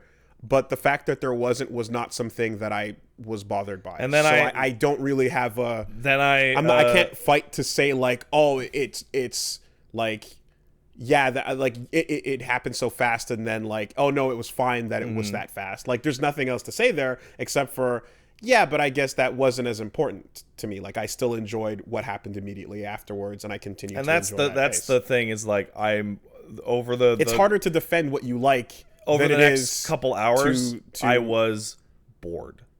Can I finish my point? Sure. Right, it's harder to defend what you like than it is to address point by point, criticisms of things that bother you, right? And the only thing I can really say is, like, I think if there's things that like that bother you, like, a lot, that don't bother me as much, then I'm going to, like, not think about them as much. Yeah, but like, the way that I'm thinking about it is actually somewhat reversed. Is that there was no part of the game's story at all in the first 3-4 hours that interested me at all. It was, my town burned down, the town that no one cares about and doesn't matter, and was built to die, And then we met a bunch of characters who were all interesting, but I can tell will have no relevance on the plot because it's Ajna's game. I love the characters. Yes, but they don't matter. It's Ajna's game.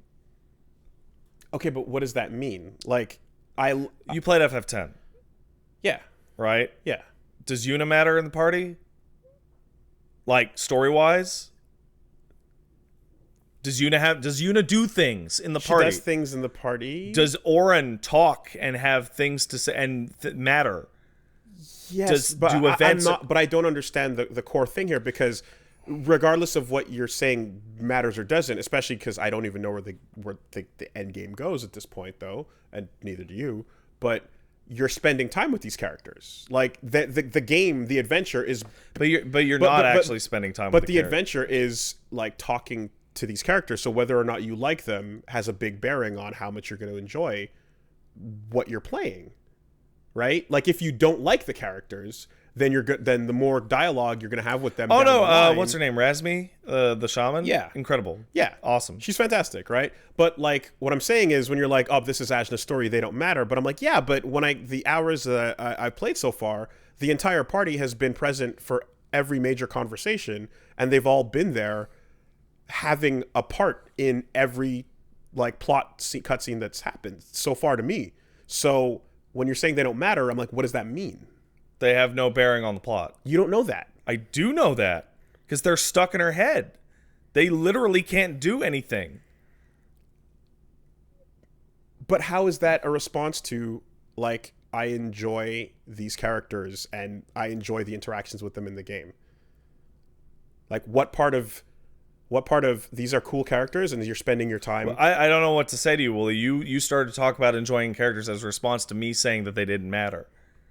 Like, I do enjoy a bunch of them. Okay. Let me try to break this down into its like most base thing, right?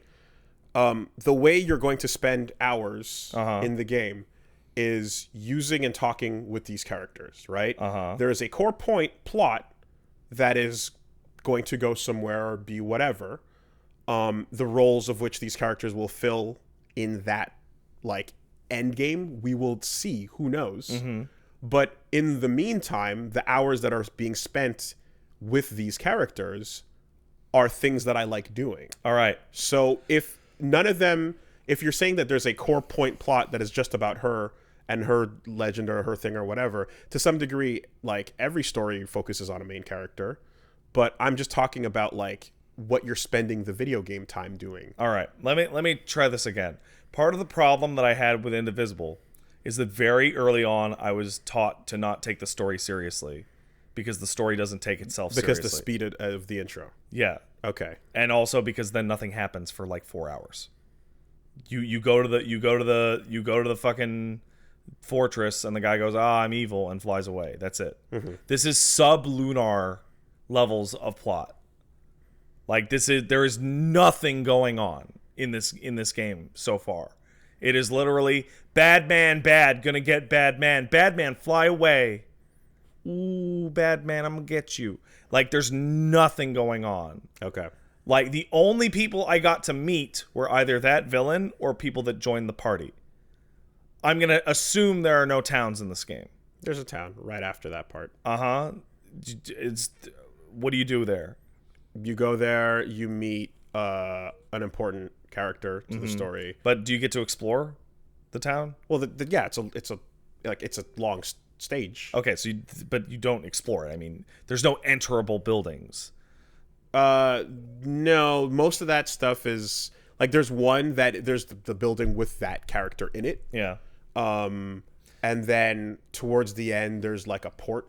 And then there's a lot of backer characters hanging around that you talk to. Oh boy!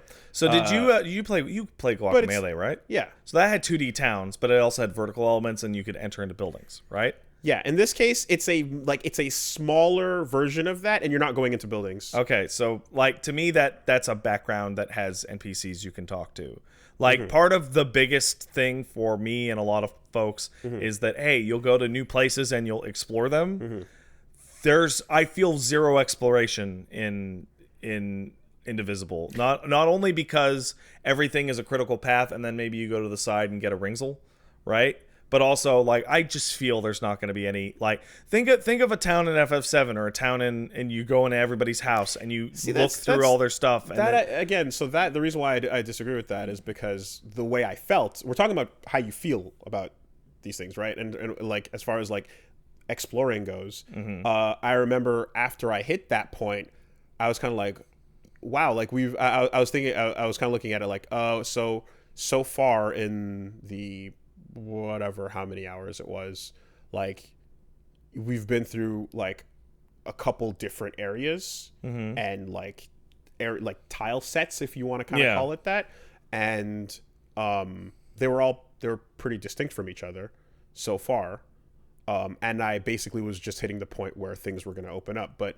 again, it's more to say that it's harder to come at it from the point of view of saying like, no, what's done here is fine and could not be better, right? Because that's a silly point to argue, right? It's never about like, could it be done better, as much as it is just like, how much did that bug you, I guess. And still what I'm hearing is that I'm like, the things that I enjoy are just different from the emphasis you're putting on what you're looking for and what you enjoy. So I'd like to actually take a second to address some questions that I'm seeing that I'm sure people at home are having.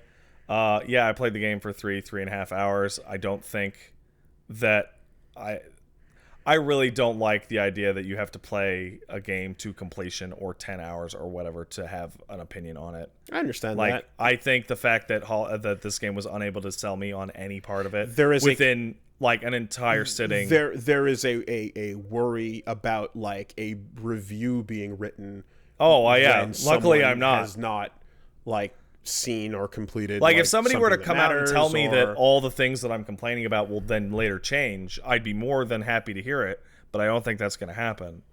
No, it definitely just sounds like it's not for you. The other thing is that people are saying, Pat, it's not a JRPG. It's like it was absolutely pitched as a spiritual successor to Valkyrie Profile. Yeah, like because the combat is don't tell me that it's not the game that people told me it was going to be like. Well, the combat is almost identical. But I'm not talking about just the combat. There's more to a game than just the combat. There is more to a game than just the combat, but a major reason why it's pitched as this is because that's a huge factor to it. In fact, that takes up a giant slice of the pie. Yeah, it's compared to the other slices. At the end of the day, right? Like when something is pitched as a spiritual successor to something else, there has to be a large recognizable footprint, right? When you say Mighty Number 9 looking like a Mega Man game or being pitched as a spiritual successor. Yes, to Mega but Man. Mighty Number 9 at the very least also has a similar level structure, story structure, etc. It is the same type of game. This has the same type of combat, but it's like I didn't expect that after the combat for the depth in the game to be nothing. Okay, right. Like the combat is very in depth. Outside of the combat, everything has zero depth. There's nothing to do other than run left or right, jump, or talk to characters. Gear, menus, items, customization. There's none of it. Yeah. And there isn't any real exploration that I saw. There were side paths, and there will be doubling back with Metroids. I mean, I saw branches that I couldn't cut, right? Yeah. But like when I talk about exploration, I don't mean like a Hollow Knight or a Metroid. I mean, like, look at the map. Where do you want to go? I mean, there's multiple moments in the, I'm not sure if this is what you're talking about, but I'm saying there's multiple moments where in the game, I'd be like, stop to look, and I see like one of 2 or 3 directions to go in. And I'm like, I don't know, let's try this one and see where that goes. And then it leads to another one, and I kind of go like, okay, let me go try this way. That leads to like a Rigzel or whatever, or in one case it was an NPC. Yeah. And I was like, oh shit, that was a character that joined the party. Where I was like, oh, I could have missed that. Good thing I didn't.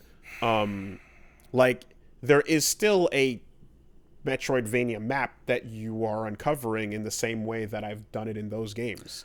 So that didn't feel too different. If that's the case, then I'm actually more confused than I am of dislike at part of it, because the beginning of the game feels like it's trying to. Yeah, there was a article a little while ago that was terrible, but it was like being a JRPG fan means you don't never get to enjoy the first 5 to 10 hours of any game that you play, which is the setup in a JRPG usually takes a while. Mm-hmm. I disagree with that sentiment because I like that part, but I get it. A lot of people get frustrated. So when I'm playing Indivisible and everything about it seems to scream like, let's get to the meat of the game, like let's get through the story setup, let's establish the villain as fast as possible, right? It is baffling to me that if it does open up later, that so much of the game is so linear for so long. I mean, I don't think it's as as drastic as like the way Astral Chain kind of handles things, right? Just as that's on my brain in terms of like you're railroading and then suddenly you have this. I think Astral Chain, it locks you in for like a good 2 hours, but I feel the difference with Astral Chain is that Astral Chain has way, way, way more stuff overall that you can actually do in that game. It has way more menus. No, but there are way more things that you can do. You can pick up cans and throw them in a fucking garbage can. For sure. You can do the lappy bullshit. But to come back to it, because I mean, I think like, okay, well, then I don't want to overstate how much menus, gear, and items are, like how much of that is what you're bothered by or not. It's significant, but it's not the end of the world. My big problem is that there's nothing to do outside of combat. It is run and platform so that you can get to more combat, but that's it. And when the story like just was like a fart at the very beginning and like, man, I don't care. All that I'm looking forward to is the combat. And then the combat got old because there's nothing around it other than just the combat. Like, I have the party that I like and I was switching characters in and out. Okay. So every couple of fights I'd be like, oh, let me try and figure out like a cool juggle with these characters. Right. And then I would figure it out, and then the combat would be the same as just hitting attack. So, I understand completely, or rather, really? No. Now I understand what I get what you're saying about like the other stuff. Yeah. In the way you just described it, I feel like that I have no choices to make outside of combat. Because what you're saying, and they would lead you back to the platforming, which then would lead you to more combat. Yeah. Right. So.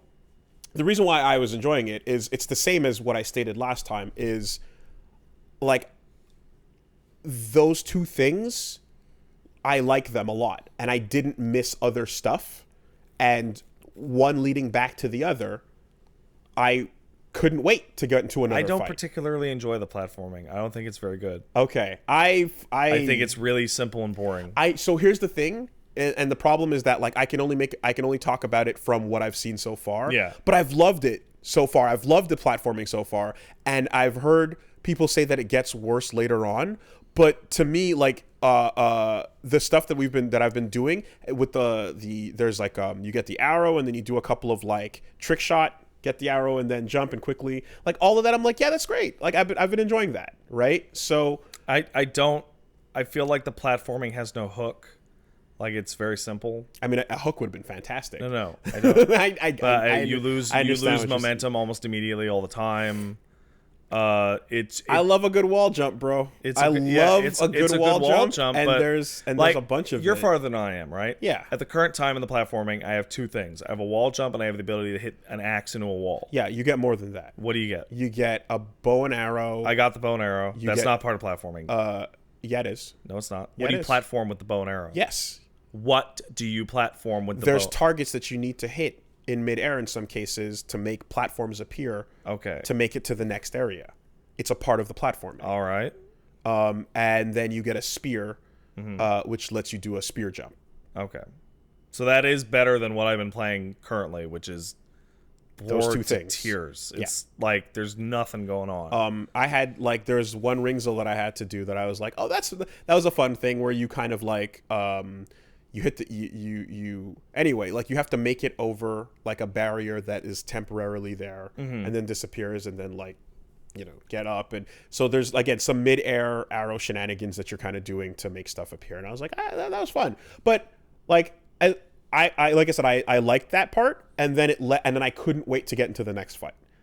Right? So yeah, the stuff that you were missing was stuff that I'm like, I just want to get to the next fight. Yeah, I was in a situation in which I was platforming, and that was like, okay, I'm running, I'm jumping, and then I'd be in the fight, and I'd be like, okay, I know how to beat this, I'm just going to beat it, and then I would beat it, and then I'm like, okay, when are we getting to the next story part? Okay, the story part is, I don't care, and I'm like, and then I got to the end of it, I'm like, I didn't enjoy anything. Now, if I can put out now, like I want to put out there that like, depending on what that extra stuff is, like if there's like, because in some cases, right, like literally in Files and Astral Chain, yeah, you're walking around the town and there's like a kid's like, go get me an ice cream, right? Yeah, that thing's hilarious. Yeah. That's probably the best side quest in the whole game because it's fucking impossible. This nonsense, right? But then it's repeated with a bunch of box moving, which took me like an hour. And it's utter and it's some nonsense bullshit. But also you can't redo it once you do it. You have to fucking reload the file, which is trash, by the way. Yeah. The save system in that game is the worst. It's the worst. I can't believe how bad it is. Sorry, I got so tilted with how the structure fucking. What are you talking about? It's made. I don't want to. No, like come on, Astral Chain's still relevant. Sorry, it's okay. It's just because like while you're in the playthrough, yeah, it doesn't treat the HQ as its own divorced hub world. It only does that apparently after New Game, right? So like when you're on New Game Plus, you can jump in and out of files, no problem. That's not true. That's not true at all. No, you can jump in and out of files while you're playing through the story. Yeah. But when you're doing that, every time you jump into a file, it saves over the current slot you're on because it auto saves at the beginning of the file, so it's in a replay save. Yeah, and then you have to do everything from the start of the current file you're on if there's like an HQ segment once you return to the present. So, for example, in the mission where you have to introduce yourself to all the rooms and do the little lappy thing, right? If you replay a mission and then jump back to that, you have to redo that lappy. So only replay thing. Missions in between missions. No, why are you replaying missions while you're still halfway through a main mission? No, you're always in. No. You can't replay a mission when you're in the city.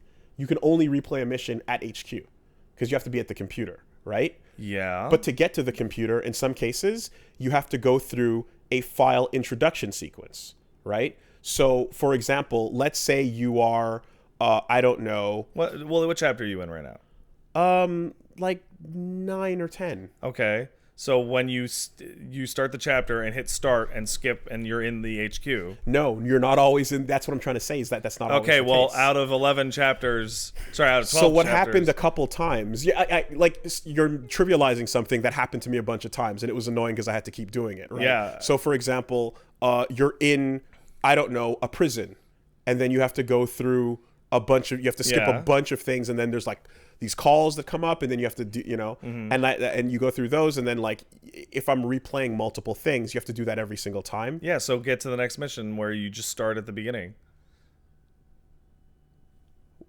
I don't understand. In the next mission, you're standing right next to it. Okay, but what I'm saying is the one before that, right? Or not the one necessarily before that, but I'm like at the point where I'm doing these replays, like I don't know as I'm going through the story how the start of each file is going to go, but there's a couple of them where like you have these things that are in between you and just getting to the next getting to the computer. Yeah. And like and what happened in the case with the Lappy one was like you basically had to you had to go and keep redoing this thing. And that was that entire like do the rooms, do the introduction, all that manual stuff, and it was a massive waste of time and it sucked. Sorry, because that's why I didn't want to get super off sidetracked because it's like I don't know what to tell you. I don't mean to trivialize something that happened to you a bunch of times. I played like 100 hours of that game. I never encountered the situation you're describing. And I replayed missions constantly. So what everyone tells me is that once you beat it, you're golden because you're just in the HQ, and time is like it's almost divorced from time, and you can jump in and out of. Well, that is true, right? The But files like with no problem. for the vast majority of the game, you start those missions right next to the computer. There's a bunch of times when you have to go through some nonsense first. Yeah, there's the prison segment, there's the Lappy segment, and that's all I can remember. I mean, I think you just wanted to replay missions in the sequences that didn't allow you to do that easily, and those are the times that you wanted to do it.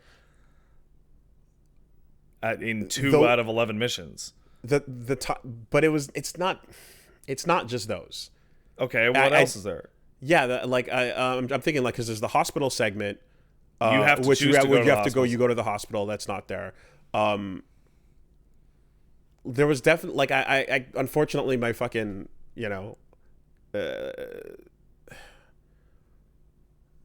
there was definitely at least there was definitely at least one or two beyond those where there was some extra shit at the beginning of the file to skip through, and are you sure? I'm pretty sure, but what I would like is because I feel like that's not true. There's the part where at the beginning of chapter, it's either 3 or 4, Lappy will talk to you every time you go in a new room, which sucks. And then there's the part where you wake up in the prison and you fucking you have to go through that stupid sequence. So here there was even one where for example, that's not those two, where like there's like the Lappy balloon game, right? Yeah. And then you play it and then I went into a replay. Yeah. Right? I didn't play it and then run back and do a save. Yeah. I ran it, I did it, then I went back and I did a replay, and then when I exited the replay, it restarted the file, and that game had been undone. So because it restarted the file, that HQ mission was like it didn't happen. And that like wait, why are you going to replay in the middle of missions? I'm very confused. We started the mission. Right, it was like while we're LPing, like yeah. we got to the file, and also why didn't you save the game? Because I was still in the middle of playing it. Because basically what I'm doing is I'm recording, yeah, and then after that, when we're not recording, I'm going back and doing cleanup. In yeah, areas sure, off but camera.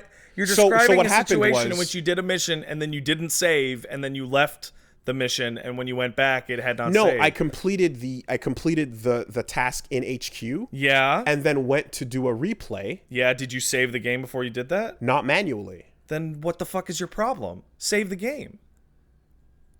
But like that's every time you complete a quest in the game outside of those scenarios, it auto saves right afterwards. Yeah, when you finish the mission. Yes, and in this case, I finished the mission, not no, the file. The file. No. It saves after each mission. So when you're in the middle of a file, this is probably horrible to listen to. Just save the game. Literally, you're blaming a save system. Just save the game. Let me literally tell you the difference between the one I'm talking about, yeah, and the one that happened. Right, when you are in a file, right? Let's say you go do the box lifting. Thing, sure. Right, and then as soon as that's done, that mission is marked on your thing as completed. Yeah, and you could even reload the file and it'll stay completed. Right. However, upon completing the other one in the HQ that I'm talking about, that didn't occur. So up until that point, every time I'm doing a little side mish or a little training thing, I'm not going to go do this manual save because it's been auto-saving at the end of each of these little side missions. Why not? You should always save your game. But that's not the point. The point is the game is auto-saving after each one of these automatically, and then suddenly there's ones where it doesn't. Do you know why, Willie? Because your ability to... how do you go back to your old files by in replay? You go to the computer, right? And you have the backup file that you create, which is absolutely necessary. Right, but what should be occurring is the way most games do it is where you have an autosave slot separate, and then the manual slaves. All right, let me ask you. So when you're out halfway through a chapter and you're in the city, saves.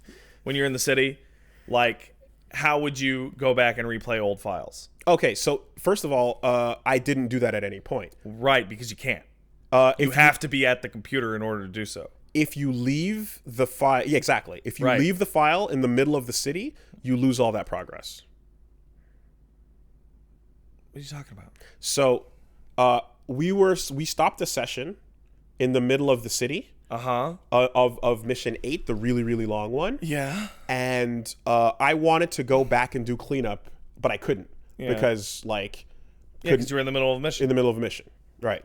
There is an option to return to HQ there, and it says like, that'll restart your bullshit. Exactly. Okay. Right. So what I'm trying to get at here, Wooly, is that the only place that you are running into the problem is because, like, the only place you can go back to old files and play them, like, whatever, is in the computer in the HQ, right? On that menu, there is file select, and directly below it is save the game. And you are saying that the save file problem in the only area that allows you to just leave willy-nilly is a problem, even though the save your game thing is right there. The reason it autosaves in all those areas is because you can't leave. And there's no save point. What the game should be doing is anything that's associated to the current time frame you're in, the current mission, right, should be not happening in the same place where you can lose that progress by choosing to go and replay something. I didn't lose a single iota of progress. Or wasting your time by having to reload that file in the middle of the story, right? If there was a system save on the level of, say, like a Devil May Cry 4, or where you have multiple characters that can have different levels of, like, whatever, progress, completion, and so on, and it's on a system level, so that you don't have to worry about going in and wasting your time. It would be nice if it was like isolated. You're being completely ridiculous. You're walking up to a terminal that says, "Do you want to go back and play files, the old parts of the game?" And you're going, "Yeah, I don't need to save my game. Why would I want to safeguard the file that I have right now?" No, the option is literally right there. They are right next to each other. Yes, I've been saving it like adamantly, especially now, so adamantly. But the point that happened to me at was one where, after completing something in the HQ, where every other blue and red mission in the game autosaves as soon as you get that result screen, and in these cases it doesn't. Yeah, because it's right next to a save point and right next to the file select system. This is really clear. The fact that save your game is right underneath go back to old files. I don't know how to describe it any other way than to say that I have been playing the game where most of the time when I do a blue and a red dot, upon completion, it autosaves. Yeah. Therefore, I went, okay, cool. And I don't know how to explain it to you in any other way that when I go into a menu and it says save the game on it, I always save the game. Okay, that's fine. But you're ignoring the part where the same information changes suddenly at certain moments. Yes, because in those sequences you can go to file select and leave. But you're still ignoring it. What I'm saying is that there is a consistent piece of information in the game. No, Wooly, the point is that it's not consistent. And this area is different, and it is communicated to you that it is different, and you chose to not do the only thing that you would obviously do. That's not true. It's communicated to you in the same way because it's still a red or a blue mission. The only difference is that it's happening inside the hub, and so hub missions are different. And like the entire time I've been playing the game, it's been not a thought, because I know that once I finish one of these side missions, it's done.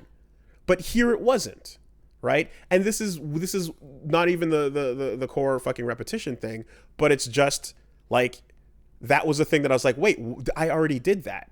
It didn't autosave here? That's weird. It autosaves everywhere else. Before you go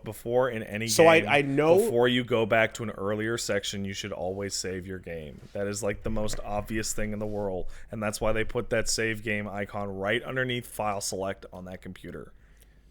Just save your game. Yes. Ultimately, in the end, yes. It doesn't change the fact that it could be more clear by not making the same system not do this thing that it's been doing the rest of the time. I know that it's there on the menu. I know. I'm not ignoring that. but the rest of the time you're playing the game, 9 out of 10 of those missions are things that you're not thinking about after you're done them, because you know it's just registered and it's you know that it autosaves. Yeah, right but so if the there reason if why there was a file select system in those missions, it would also be paired with a save the game manually system. but the fact that there wasn't led me to continue playing the game in that way, right? I did what I did most of the time, which is complete the save, keep playing. Complete the side mish, keep playing, right? After the file introduction, get to the computer, do the manual save, right? In one of the cases, it was really weird. And there's one case that like I think is definitely something that I fucked up, or I'm not sure what happened, but I did that same lappy thing, and I did some Legion leveling, Right. and then lost that too. And I was like, what was that about? So that I'm not 100% sure. That I think, and not even to just get sidetracked by that, but the core point here is, for me, is that the thing that the system used for the majority of the game, and continues to use for the majority of the game, is uniquely different in an instance, and there's also an autosave when you move from one sequence to the next. So when you leave the HQ, there's an autosave. yes. And in fact, I didn't realize you were locked into that. So when I resumed, I didn't realize when I resumed the city point that it would not start over from it was only, I'm rewording this incorrectly. I thought I'd be able to go back to the computer, you know, in the middle of like completing certain objectives, and then go back and switch. No, it up, you're right? locked in all the way. You're locked in all the way. Ultimately, more freedom is nice, right? This is kind of like it almost feel, I don't know why it worked out this way, and I think it might be because they wanted you to go back and possibly switch to the boy or the girl, and then continue to not miss content. Because if you were to switch and then all the HQ cutscenes were already watched, then you would never see them again with the unique dialogue for the other sibling, right? So I think that might be part of it. Or if it's anything like what happened in QA when I was on Thief, there was a save structure system that was inside each mission that was like, it was bad. It was basically, it was a really bad system where there was a system level save, then there was an inside that system level save, there were sub saves, and those sub saves, Oh, that seems awkward right away. yeah, very much so. And then like those system level saves and sub saves were like interacting with each other in really weird bad ways. And then when you mix it up with profiles on each console, it became a nightmare, right? So I don't know what or how this came to be like this, but one thing is for sure is like, dear God, I really do wish that like you didn't have to like load a file to then I wish it didn't have to play out the file as if you hadn't done any of these things. The game needs a way better cutscene skip option. And jumping into the replays into the different sections of the mission is really not it's nice that that exists, and it's nice that you can quit once you do one of those side missions. To come back to the present, but it's annoying that every time you return to the present, it acts like you hadn't seen it already, right? It would be much nicer if you just returned to the computer that you were standing at when you loaded in, and resumed from that point in time. There's a button in 14 that you can hit that just goes, have you seen this cutscene? Skip it, which you can toggle on and off, which is really appreciated. I would like it for more games to have that in general. And in fact, I would even go as far as to say that it's like, it's weird from just a like player continuity point of view in terms of game design to have my character walk up to the computer, load an old mission, do a thing that I already did, and then not exit the computer to resume what I was doing. I get that. Like, that's what my brain expects of walking. Because that's not canon. It's I guess. You know? And that's what you would expect of a replay system in a game here. And here it's not doing it. Here you're going into the computer and you're traveling back in time. Resetting time. And then you're done resetting time, so you go back to as if you never went into... Yeah, no, that part's weird. You're completely right. So I just, all in all, I'm just like, this really sucks, man. I fucking hated a lot of that. And some of all it... right, I think we can... Leave that alone. No, I think we can reach a consensus here. Yeah. It should autosave all the time. If it autosaves any time, it should autosave all the time. But also if you see the save game thing, you gotta hit it because games are inconsistent. I know. And often weird. And your habit of, it's not just your habit, it's like the rotate your saves, always save, right? That's become... Ironically enough, I fucking completely forgot to save my game in FF7 after a stream last week, and the whole stream is gone, so I gotta redo it. So, like, things that you have as safety measures, like, guard against these types of situations by being paranoid about your saves. Sure. But the reason why you have to be paranoid about your saves is because of games like this. So that are not considerate enough with their system. This brings us easily back to Indivisible because I was like, why would Wooly be confused about his save game rotation? And then I used it and got super confused. Okay. So that wasn't just me. It's so... That wasn't just me. Because, like, I saved it, and everyone's like, look, it rotates. I'm like, what are you talking about? It's right there. It's just the same save. Because I didn't realize to hit left and right on it. Yeah, so I didn't catch that either. That was really bizarre. So it's like the game tells you, it's like, you can save over the same slot. There's over 200. And I was like, but where is it? Yeah. You know? And then in the beginning, for the first couple of episodes, you're going to see me just go rotating down the list. Because I'm like... where to go? You said it would auto rotate, but it's not there. Yeah, and it's unloading. You press left and right, and then you see, and you go, "Oh god, damn it! All right." You know what? I guess it's still amazing, though. I guess if I needed to sum up my thoughts on Indivisible in a fair way, it's like that story did not grab me at all because it is just going so fast, and it seems to have very little weight because of it. So with the story not grabbing me in RPG, that's usually a death sentence right away. Right. Okay. And after that, it's the kind of thing, it's like, I want to customize my party. I want to make decisions. I want to learn skills. But it's not that kind of game. Okay. And so it's this kind of thing. It's like, because of the framing, I keep going to this place of like, well, when am I going to get the stuff? When am I going to, and the answer is never, because it's not that type of thing. And so I'm left with a combat system that, I'll be honest, I don't like Valkyrie Profile's combat system. I don't like this game's combat system. Okay, well I don't like it. I don't care about juggling it. It at a certain point, you should have put that up on the hypothesis. Yeah, or the thesis statement. At a certain point, it doesn't matter what I'm doing. I'm gonna parry every single thing, and I'm gonna learn the juggle with the party that I have. And at that point, it is no different than just hitting attack or command or fire or whatever. Okay, so you not liking the Valkyrie Profile combat system again that matters to the discussion. But what I would say is, in terms of the story part of what you said in the beginning there, to me, right, things were moving and the pace was pretty fucking fast. The fact that you get so many characters to in your party, like, very quickly, very, very quickly, yeah. And it throws them generously at you.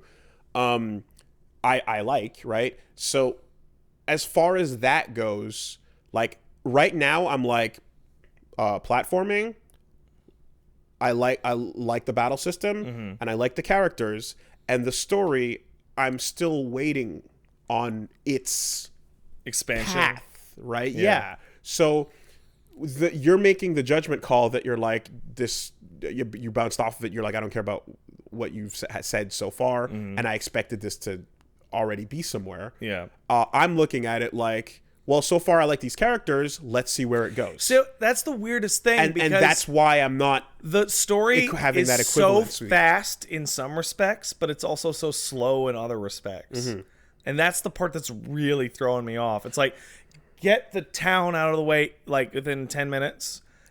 Establish the villain and meet the villain and fight the villain within an hour. But then just traveling, I guess. Well, then that picks back up, and then there's some other stuff. But like there's so far there's been 2 like big group conversations with a person who knows stuff that have like expanded a little bit more into the world and the backstory and Ajna and stuff. I was like, okay, cool. You're setting something up. Like, to me, there's a conversation. Like, the first one happens after. So you fought that baddie, right? And then there's another. Fought Worf, yeah. Right. There's a follow up. And then after that, you get there's a like I said, a moment of exposition. Sure. Right. And then later on, you hit the town. You meet somebody, there's another moment of exposition. To me, those are setting up the dominoes, right? I'm like, okay, you're starting to talk about what this is all about. So I'm not at the point of writing it off, because to me, I'm still just waiting on where it's going. So that's the weirdest thing, is like usually in a game that moves fast like this, the dominoes would be set up by now because we're not spending time establishing. Or we would be spending all of our time establishing, and we wouldn't even see the dominoes yet, right? So I've learned to set my patience expectations way by the wayside when playing anything that is an RPG. So let me point out 2 like wildly different examples, right? FF7, right? Sephiroth only becomes like a fucking problem after Midgar, right? Like you leave Midgar and then you go through flashback, right? But like the story is Midgar, and that is all set up. That is what are these characters like? What is the setting like? Yada yada, and that's like what 5-6 hours. It's a bit, right? On the other hand, you have something like Dragon's Dogma, which is like Dragon shows up in your town and stabs you. Dragon's dick, right? You leave your town within 30 minutes, right? Sure. Yep. Similar to Indivisible. But then you are like, okay, step 1, got to get to the city to talk to the Duke about the dragon. Step 2, okay, investigate the shit. And it's just like goal right away. And I feel like Indivisible is halfway in between the two. I mean, you're also comparing Indivisible to FF7. Yeah, well, I could use a different game if you wanted. That's just the one that I'm playing right now. Like, I could use Legend of Legaia. Do you even know what that game is? I know what Legend of Legaia is. Really? Okay, Yes. that game's cool. Right? Don't fucking... What? It's an obscure PS1 RPG. The only reason you would know about it is because it's the obscure PS1 RPG that has fighting game combat. Is that why you know about it? No, Pat, but sure. Anyway. You just started this conversation saying you don't play a lot of RPGs. I know, but I know what it is. I've been around enough to know what it is. You want to talk about Threads of Fate? You want to talk about fucking... Yeah, I've played that. Dragoon? What do you want... Anyway. Yeah, that's it. What... I don't know, but like... Threads of Fate sucks ass. No, I'm saying when you go, do you even know what that is? You sound like a dick. That's what I'm saying. Like, fucking... You started the conversation saying I don't play many of these games. It is not outrageous for me to not assume that you know of more obscure versions of these in a genre that you don't play. Okay, but I've never done that to you with like a fighting game or something else that like I'm... You should. I don't know half the shit you talk about. Because like you've clearly heard of the shit even if you haven't spent time with it. In most cases from you. All right. I don't know what half of those fucking games you played on fucking... It's fine. Friday Night Scopes were? I think the likelihood of... Anyway. It's fine. And also, I phrase it like, "Oh wow, I didn't think you would know about that." Good. No, for you. I caught that as like, do you even know what that is? Like, oh yeah, Pat being a dick. That's what you Honestly, do. That's your thing. Your thing is being a dick. Anyone to know about Legend of Legaia? Okay, because that game is subpar. Well, it's not even relevant. But the what is relevant is the fact that like I'm waiting on the story. I didn't do the write-off on that. And like something that I think, yeah, I always get these reminders of just like I used to have an expectation of games pacing, the pacing of games to be quick. Yeah. Because and remember as well that I didn't play RPGs as a kid, not just for religious reasons, but because of the fucking single player shit. All right, yeah. So there's all that weirdness, right? I didn't even think of that first one. So the long form is something that came along later to me, right? It came along later to me in my expectations of how stories would unfold. Yeah. And I super appreciated it when games that were not RPGs still had the long form. I grew to really appreciate it when fucking Metal Gear took its time. Yeah. You know, that shit was awesome. So, you know what this reminds me of? The Yakuza series had flip-flops between this. Mm-hmm. There's games in which within 20 minutes somebody gets shot right in front of you. And then there's Yakuza 4 in which like fucking nothing is going on in that game for like 2-3 hours. And those cutscenes are slow. They are like... So how do you know when something is slow building and when nothing is going on? So you don't... Well, okay, if it's a long-running series... Let's be real. If it's a long-running series, then you would have an idea, right? But let's take Yakuza 4, right? Or even Yakuza 0, right?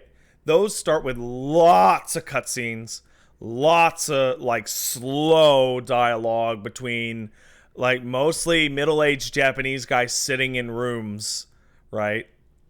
And takes forever to get anywhere, right? The difference is that the directing on those scenes and the voice acting on those scenes was riveting to me. And you played a little bit of Judgment, right? Mm-hmm. Like, there's a real feel to the way that shit's directed. Mm-hmm. The voice acting in Indivisible is fine. Like, everybody seems to be well acted, but I don't care about the tone either. It is just talking heads. It is just character, sprite, blah blah blah. There's nothing going on other than dialogue. And I find the dialogue to be boring. Like, I don't like Razmi being an exception. And I will say there is one thing that Indivisible does that I wish more games did. And that is Dar. Dar is the best part of Indivisible. It's very fascinating that they set it up to be like you're stuck with your villain. Yeah, Dar is the best part because it allows every person in your party to listen to what he says for a couple seconds and then go, shut the fuck up, Dar! Yeah. Fuck Dar crew. Every time that happened, I smiled. Yes. But that was pretty much the only interesting part of the dialogue. There's a second thing that's interesting about that, which is like, you know, what do you believe redemption should be? Yeah. Right? What would it take? How do you right a wrong, etc.? Jamie Lannister. Yeah. The Fuck Dar crew is alive and well. It's amazing. And Dar is the first member of the Fuck Dar crew, so that's important to recognize. But anyway, you were saying something just before. Yeah, that. It's just the dialogue and the way it's presented is very flat. Slow. I was gonna say. So I was gonna say that, like, I remember when I was starting out Front Mission 3, right? And I was. This is a good pick for this discussion. You're super right away. And I was like, is this wasting time or is this building things? Yes. Yes. And how do you feel about this? The dialogue in that game is really weird, and it's because it's translated badly. But it takes so long. And it's talking about it's talking about global politics. And then you can spend more time in the internet. You can spend so much time in that internet. Okay, so now, when you approach things like that, right? Like, and here's the problem for me, right? It depends. Because you nailed it. It depends, and it's a synthesis, right? I am so much more interested in going to the fucking Tokugawa Heavy Manufacturing website and reading data about Vonzer weight differentials than I am about anything Ajna has to say. Okay. Like, and I don't like, at the core of it, I don't like Ajna. So, and again, that's an important thing to put up the top. So, Pat, like, at the end of the day, it really does just sound to me that the reason why you don't like Indivisible is just because you don't like it. It's why I started this at the very beginning. Is like, I don't think Indivisible is a bad game. In fact, I think it's a good game. I just think that I hate everything about it. Okay, because when I get postured to be like, you are now fighting a debate for why Indivisible is shit or why it is not shit. I think the story is... then I'm like coming to the podium and going, the only thing that I will say that I fun. think is bad about Indivisible is the story. I think the story is bad. But ultimately, like, because like I said, it's to me what you've seen so far. Yeah. Right? And to me, I'm like, what I've seen so far is just I would be astonished if the story somehow changed completely into a much better story from what I had seen. I'm just like, it's just way too early. I'm like straight up just like waiting to see what comes together in the long form, you know? That's just that, and like what's there to me, I'm like, that's fine. It didn't bother me. I don't know, man. I feel like but we're getting off. We're doubling back. The point I was getting to was more that and it's not even about it gets better or it doesn't or whatever. It's more so just like you didn't like it because you didn't like it. Yeah. Right? And like that is the easiest and most clear, and like that's how I like to come at things when I'm going about it, and we'll break down the reasons why and whatnot. But like again, it still brings us back to the point where I'm like, yes, but like the things I was doing were things I love. Yeah. So I didn't run into an opportunity to like miss something I was comparing it to, in the sense that like what I was doing there was enjoyable, and when I felt like slowing down for a second, I'm like, let me just jump into the inner realm, go talk to some people, right? Go see if the NPC dialogue is updated. And I love the idea of taking your town with you. I think that's a cool awesome idea. But that was that's to me is like when I feel like slowing it down, I'll jump in there and see what's going on. And then also there's a training mode you get, which is super key later on, that lets you actually practice how to put together your combos and like what works and what doesn't work and how to time shit out with the characters you have. I wish that was just in there when you started the game. Don't disagree. Getting it was a game changer. Getting the training mode made a huge difference in. By the way, the number one reason why I don't like the combat is I don't care about making combos. Like that gameplay means nothing to me. It is annoying. Wow. Okay. Because to me it was like when you get a boss that's a combo adjudicator, excuse me, that like is like, yeah, you got to get damage in by continuously keeping this combo going. I thought that was rad. If I had one character, I would my mind would be different. Did you play Namco X Capcom? Yeah, I played a bunch of it. Did you like that combat system? I liked it for a bit, and then I stopped liking it very quickly. Furthermore down with Project Cross Zone. Yeah. Yeah. Like I liked it the first time I saw everyone's move.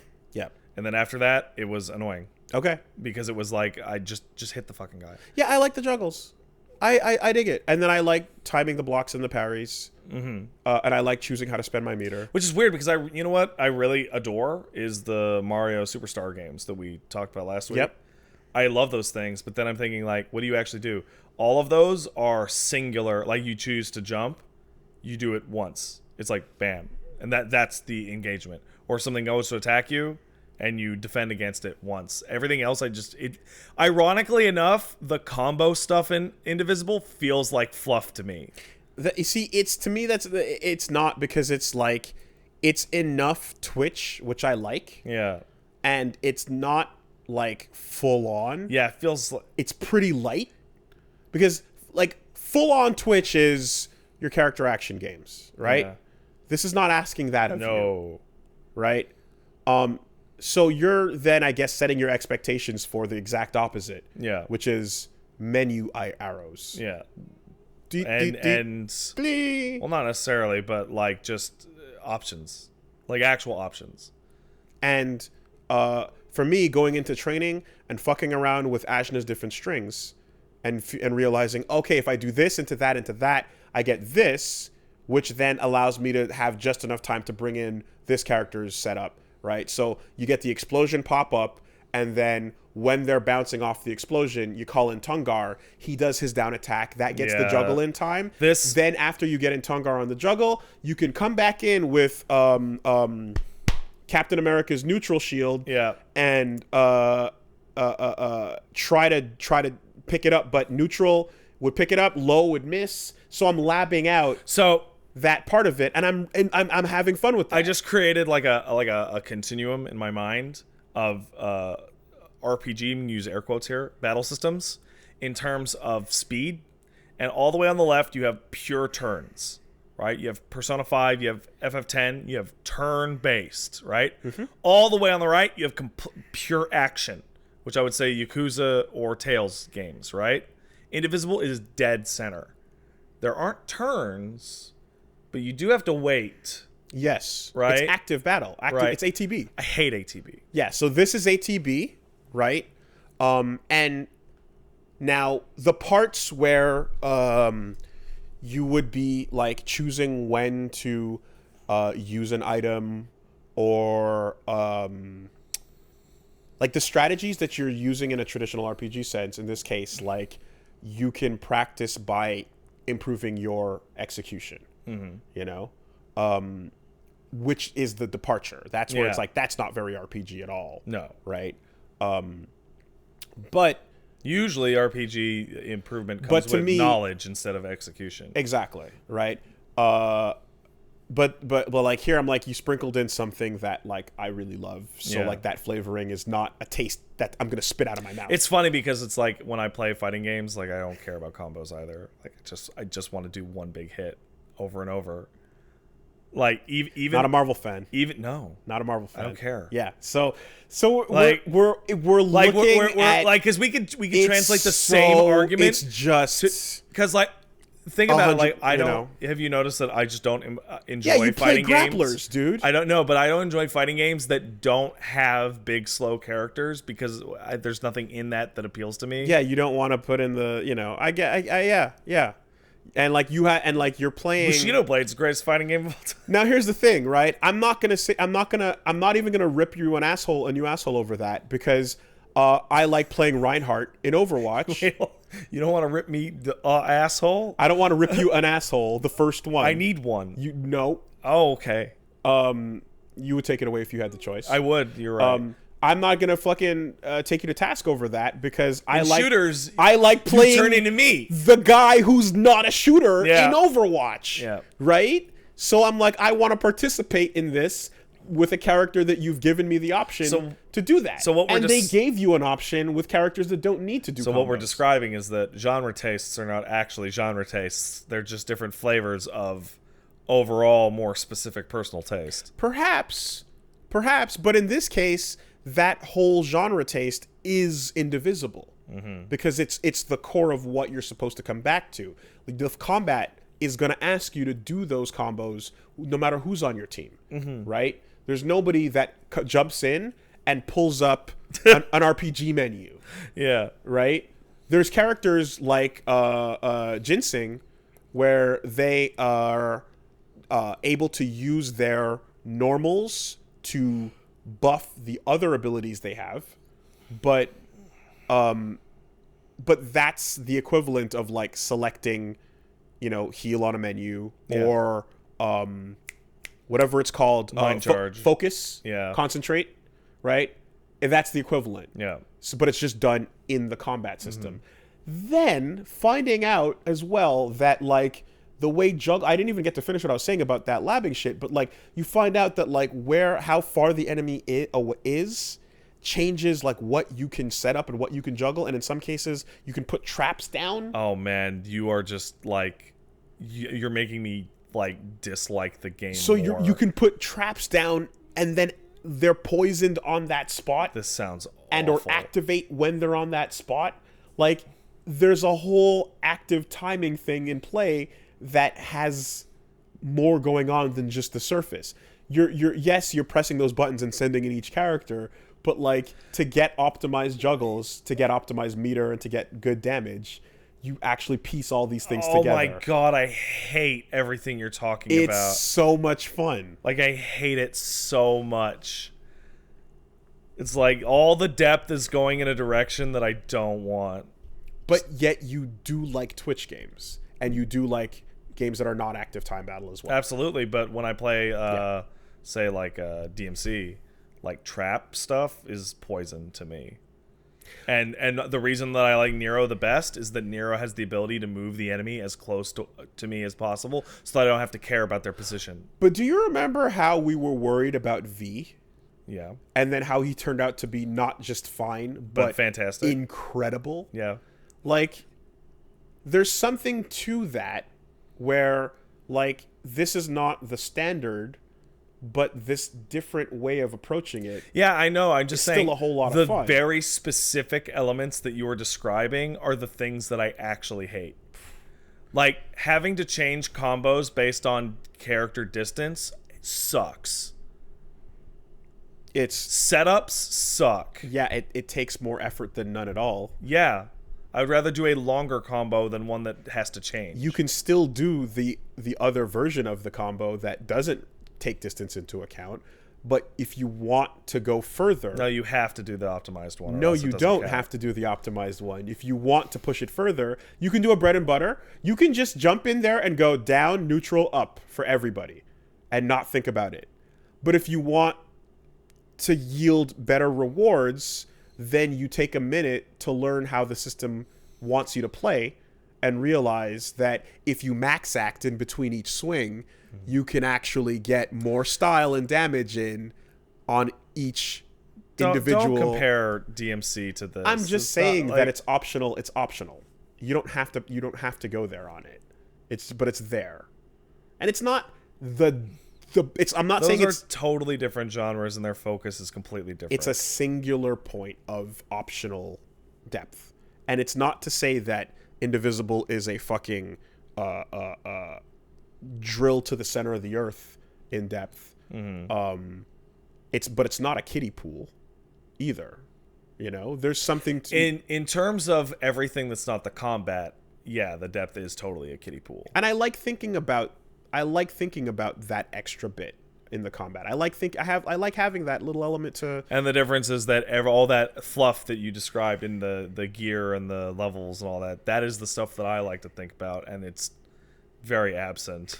I mean, I'm not gonna lie. There's times when I'm staring at the abilities in Astral Chain, and my eyes are just Guile Street Fighter cartooning. the slottable ones is one step too far. And I'm like, okay, I'm blinking, and then later on it's like, oh, but you get 3 slots, you get a parry, and I'm like, okay, well, I guess I'm getting 3 slots then. Yeah. Well, that's gonna change what Legion learning I'm gonna do. Yeah. Right.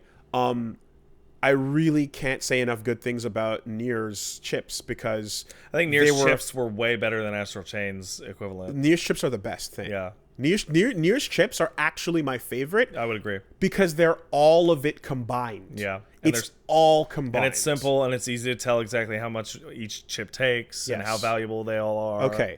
Now, on the specific of consumables, let's just be real. Personally, I fucking hate them. They do nothing for me. I'm never going to use them. Mm-hmm. All it is, oh, need a Phoenix down, drop a Phoenix down. Need a magic mirror, drop a magic mirror. There's a really good video about this by I think a guy named Raz Bhutan about why he doesn't use consumables in games. And there's 2 types. There's, hey, use an antidote because you're poisoned. A reactive type, which is setting you back to 0, right? It's like, hey, my character's berserk. Use the echo, whatever, yes. Right? And then there's active items, which is improved your attack for 10 seconds, and nobody uses those. Now, as a kid, when I'd get fucking X accuracy and ignore it, like, turns out I'm an idiot for not paying attention to that shit.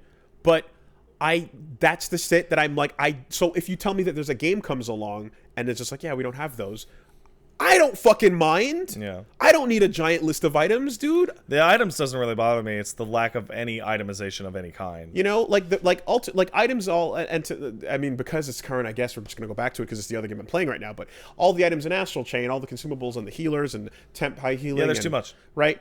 But it's like at the end of the day, all the entire item list means to me is a button to heal my health. Yep. Same here. Right. And whether it's the big or the small, like I don't give a fuck about. There's way too many. The batteries, I don't give a fuck about the grenades. I don't give a fuck about any of that shit. And in a lot of these cases now, I would say that like even in games like Persona, Yeah. right?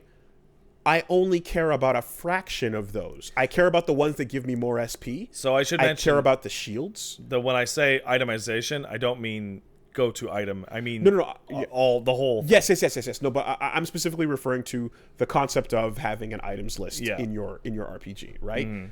Or your not RPG for that matter.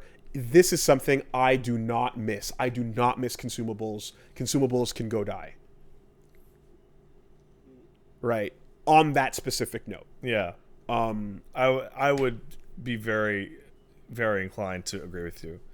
But on the rest of it, when like, you remember how I was glowing about the fact that it's like, yeah, you get a new character, here's your screen for them, but then you're not going into, you're not equipping them with.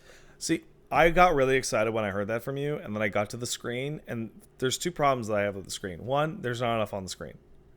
There's not enough on the screen. Like, it doesn't tell you everything, right? And two, the wording of their super thing is so fucking confusing. Because it says, when I got ginseng, it took me like half an hour to figure out what the fuck it was trying to tell me. Because what it actually says is, use his one in order to search for bigger items. Mm-hmm. And I'm reading it like, what does that mean, use his one? Yeah. Because I'm reading it like it's a MOBA or an action game. And what you're missing is the legend of like what that is. And it says level 1. Yeah, and it's totally like no, that. Totally. And it was literally, I was reading it over and over, and I'm like, a single letter or word in this sentence would make it so much clearer. It's the same time. It's the first time someone sees a DPZ. Yeah. Input on a fighting game input thing and goes like, what is that? But yeah. Why does Mike Z hate move lists? I just think there's the sound of the post that was made about the changes incoming sounded like there were way more pressing matters that needed urgent attention. Then they should have delayed it. I can't say. I'm not on the dev team, dude. But God, there was shit. Fuck, I was trying to remember the thing and it's gone. Yeah. Well, anyway. There is one last thing I want to say about Indivisible, and it is a unique situation with me, and it's Indiegogo. I want to say Kickstarter, right?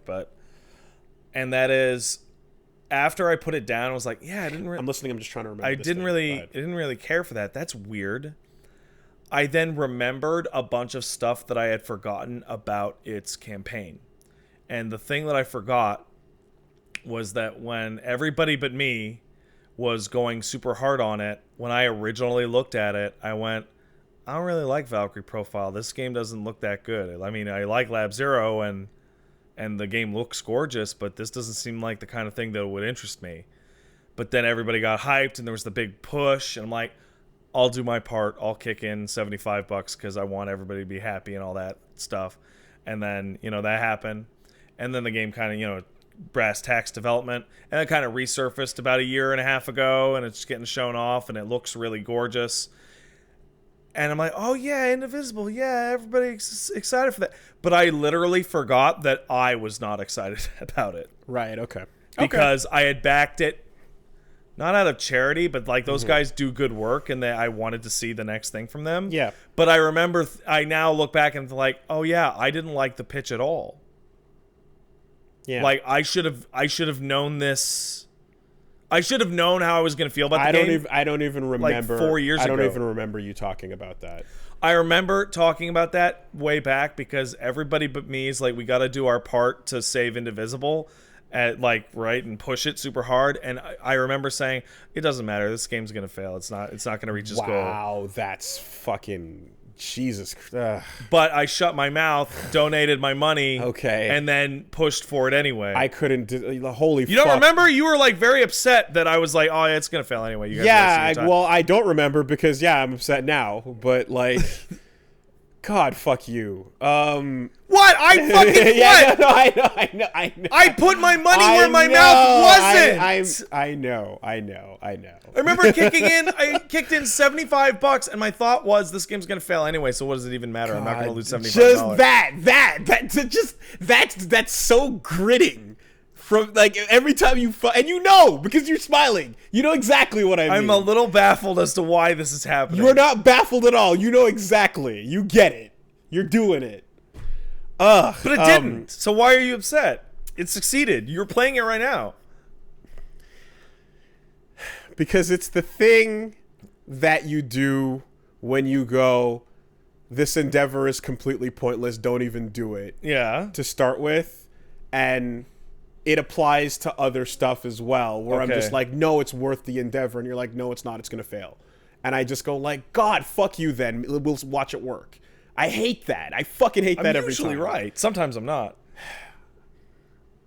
Giving up is an important skill to learn. And putting that in situations when that applies to things that you're excited about / are passionate about / are like working to fucking like it sucks, yeah, and I do it to myself too. Okay, but that's why then fuck you. You think every time I see a Virtua Fighter article pop up, I go, ooh, yay! Oh no, I go, no, that's not going to be it. But the reason why the term "success is the best revenge" exists is for people like you, dude. I personally am the most biggest believer of success is the best revenge. Exactly. Ever. So when you say that to someone that's trying to do the thing, you better believe that they're like... No, but here's the part that I don't get. Follow me here. I would think that me saying and recounting this past thing would not make you go, it would make you be empowered and like, fuck you, you won. You defeated me and my apathy. Right? Because you totally won. I was super wrong. It's the place it's coming from is that I'm thinking about, where I'm just like, God, you don't even see... The potential of what was cool back then. You don't even see the potential for what could be fun about that, you know? Well, I mean, for me, that's what I'm thinking about. I'm time traveling with your I'm time traveling with your sentence. Like, for me, my guess about my interest in it ended up being accurate, but for everybody else, it was not. I guess because a lot of other people are enjoying it. I guess, you know, and I mean, like if you were just some fucking other piece of shit asshole out there with a voice in the wind, like you're just another fart, then it would be very easy to just be like, whatever, moron, look what happened to you, ha ha, right? But because I know your thought process, and whatnot, this is where I go, this is the part of your brain that I fucking just don't. It's just interfacing with that side of it is just like. It's like a brick wall, you know? I'm an alternative crazy optimist and pessimist. What can I say? So that's it, right? If I knew you less, and if your word doesn't matter, you fucking, but if the shit you say was not in my immediate fucking vicinity, it would be different, but it's not. There's that, and that same attitude is 100%. You're hearing the volume is attached to things that are not indivisible. You're hearing a volume attached to things that had you in that same fucking space. On other shit where I do that about God. Fuck you, asshole. I do that about once a year, maybe once every 6 months. You know, and that's what some people go. Yeah, you know what? I'll show him. Yeah. Right? And sometimes they do. And I give them their props when that is the case. I mean, I was super wrong. Indivisible obviously succeeded. The game's out. People are enjoying it. Tighten up your fucking podcast mic as you talk into it on this podcast. Tighten it up. What's wrong with it? Nothing. This podcast. Oh, yeah. No, I originally did this not want... thing we're doing right Wait, now! Hold on. My big argument was I didn't want to broadcast the podcast live because I'd be uncomfortable. I absolutely, when you said, hey, let's do a podcast, I was like, yeah, absolutely, let's do a podcast. Doing a podcast would be a great idea. It was the live component that I argued against. And then you successfully convinced me because I was being a dumbass. It was both, man. No, it was not. It was both. Absolutely not. That is fucking nonsense. I absolutely pushed for this podcast as soon as you said the idea. There was resistance earlier. There was a resistance that I had to fight against. The resistance and earlier... And that resistance stuck with me in doing it. No. Listen, I remember exactly how it went down. The resistance earlier was like, how do you make money on a podcast instead of a YouTube video? And then you came to me and said, hey, my buddy told me that there's a way to make money off a podcast. I went, really? Let's do a podcast. That's a great idea, Wooly. it was more like, to what ends, how much, what does it do? Yeah. But, you know, in the end, it was like, it was one of those things that was like, oh, that'll never work. You know what? I can sum this whole... I'm like, really? It'll never work?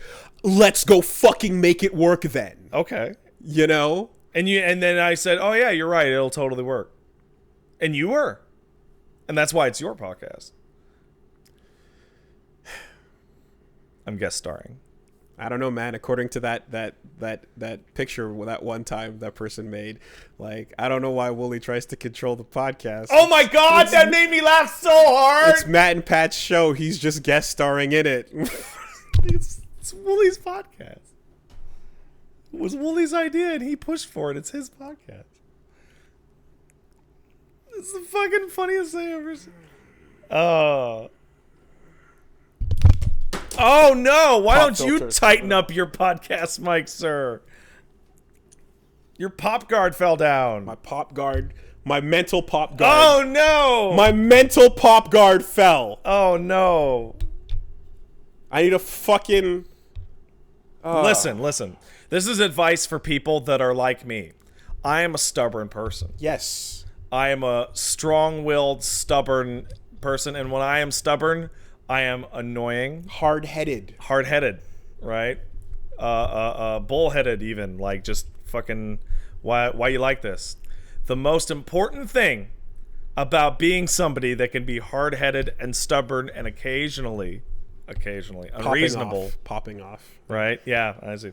Is that when somebody has you dead to fucking rights and you were super wrong, you have to tell them that they were right. That's the... You've known people that are just as hard-headed as me, but then they go, whatever. Like, that's... In the middle of this discussion, it occurred to me that we're having this discussion on a live streamed podcast. That's correct, yeah. It did occur to you, and you were right. Okay. Now, obviously, me going, well, you were totally right. I should have listened to you. That doesn't feel as good as me being a smartass in the background. Felt bad, but it's something. Success is the best revenge. It is. It's a good revenge. Christ, I remember people in high school telling me that I was a fucking nerd and video games wouldn't matter for shit. Look at me now. I lost all my hair. Well, I still got the sides, but... Yeah, you see, I don't get to do that because you're sitting right there. You're on the fucking thing. Oh, hey, what's up? If I got to sail my... If I sailed my podcast boat away yeah, and you had to sit on the fucking shore, that'd be different. Oh, it's different. But you're on the fucking boat. Hey, man, what's up? Is this podcast good this week? The same shit old man that was fucking spitting on the boat and trying this to... fishing expedition's bullshit. Trying to drill holes in it Yeah. is now on the fucking boat as it sails. Hey, what's up? This is a good boat here. I'm glad I helped get the wood for it.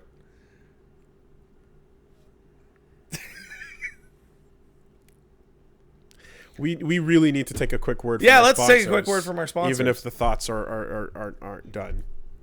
And you know, I mean, look, man, I knew we were going to talk about Indivisible, and I knew that from the get-go, like, it was going to be a dramatic difference of opinion. Because every time, but here's guess what? Wooly's garbage at defending things he likes because it's easier to hate things. It is much because easier to hate when you things. hate things, you can just rip apart what they have and say that was not good. Yeah. Right? But when you point to something and say that is good, then people can go, no, that's not good. Here are examples of things that are better. It's really, really hard to like something. I saw a comment, and I know that I'm not, especially in the moment. I'm definitely more articulate after the fact with more time. I'm really bad at a lot of these things, and I have to stop and think about every sentence. So when I'm getting like 5 things and I'm trying to break each one apart, I'm super garbage at like the instant rebuttal because I don't have that in my repertoire. It reminds me a personality of you remember a couple weeks ago we were talking about, oh man, this is so dumb but I love it. A lot of people took that as a kind of deflection so that we didn't have to say that we unironically enjoyed something, because completely flat, straightforwardly enjoying something that might have flaws is often seen as dumber or stupider than tearing something down for having flaws. Yeah. I'd like to say that's actually totally not what is happening when we're saying it's dumb. It's like, no, we like a really specific tone that is like almost nonsensical. And to get but that ties into what you're saying. It's like, yeah, no, it's way easier to tear shit down than defend or build stuff up. Yeah, and I mean that's the engine that feeds the internet. Yeah. You know, like it is how it moves forward. But like the top 10 worst waifus right here. So at the end of the day, when I even when I come at something, you know, that like someone else likes or whatever, at the end, like I personally knowing that, right, all I can ever really go on is like the to me part of it. That makes sense. Right? And I try to like hold on to that as much as possible because I think that's fair, right? And in the case, I can't take your personal feelings away. And in the case of in the case of Indivisible, where I'm just like, God damn, I love everything about this. It's almost like it was tailor made. It is very, very clearly tailor made to people. It's almost like it came from the minds of a group of people that shared the same interests. Yeah. Almost. You know? Almost. So when I'm getting hit with that fucking like, ooh, that's that crack right there. Like, yes, loving that. What would like, can't wait to get to the next. And, you know, and you're missing absent content that like I never miss. Yeah. And in fact, in many cases, like lament its inclusion. Then, it's no wonder I'm going to enjoy myself. Yeah. Right. And the last thing I wanted to say before we actually get to that bit, because I just remembered now, finally. It came back? Yes. Is that what I hate about this type of discussion and the fact that I, like, the first thing that I always fucking go to is the fighting game thing, because I feel like I'm becoming like a cartoon character of a human being that literally... It's become pretty funny in the past. That literally only knows one genre of game and nothing else, and that's all there is to it, right? And it's like, you know, it's just the one that I'm the most passionate about. And know the most about. Right? Well, maybe Tetris or something like that. I don't know. Probably not. But like what ends up happening here is like, as a result, so like even with a moment like the, you know, Legend of Legaia and stuff like that, I'm kind of like, when something does these things that I'm not used to, it doesn't always mean I hate them. I hate consumables, right? But I don't hate traditional RPGs. In fact, I've loved a ton of them. And like when I talk about when I look at a game like Lost Odyssey, where I'm like, that is the most like, that's old fashioned. It's old fashioned with the freshest skin. Yeah. Right. That is what do you call those cars where it's an old fucking, you know what I mean? It's like a car from the fucking 70s, but they gut it and they put new shit in there. I honestly don't know. There's a term for old cars with new guts. Exhibits? No. Whatever. There's a term for it.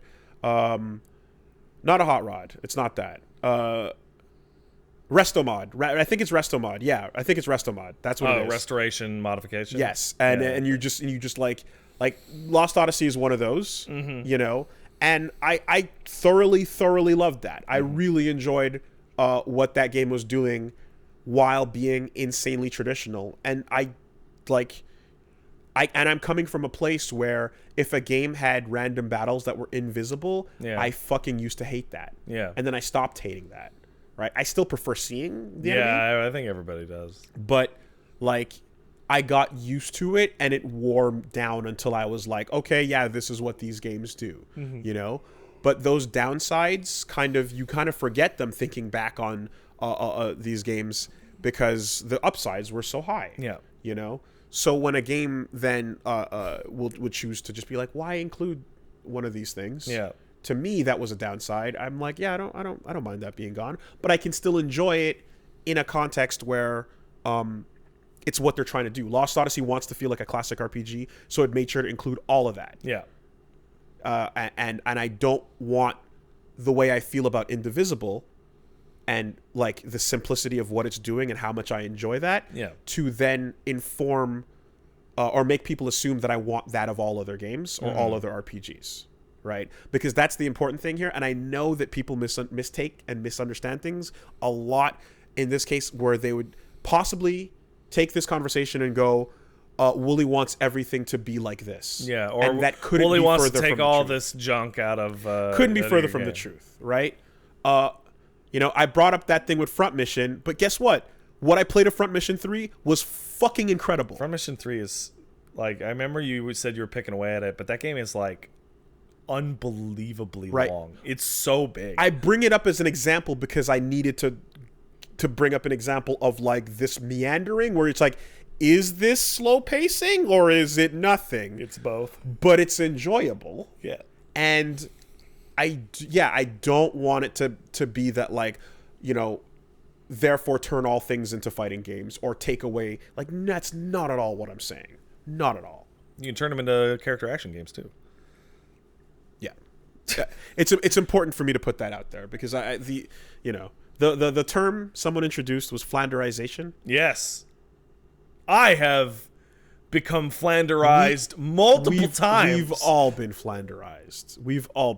Yeah, I saw that image going around that you retweeted that was like, some of these are accurate and some of them are so off that you don't even know where they came from. It's hilarious. And then they're like, nice mix-up, not explaining which is which. Yeah, that's a decent mix-up. Like, yeah. I mean, it's like, and then I was like, well, if you want a hint, literally within 9 years of audio, scroll and find me anywhere saying I'm going to go pro at anything.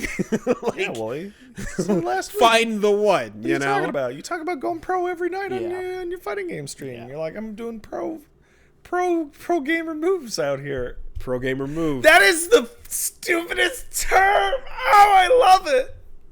Sounds so silly. That's a real pro gamer move. Yeah. Anyway. All right, let's take a word from our sponsors. Got some new sponsors this week. Yes, new sponsors. Different sponsors. A few interesting sponsors. Different sponsors for a different podcast. Different flavor of podcast.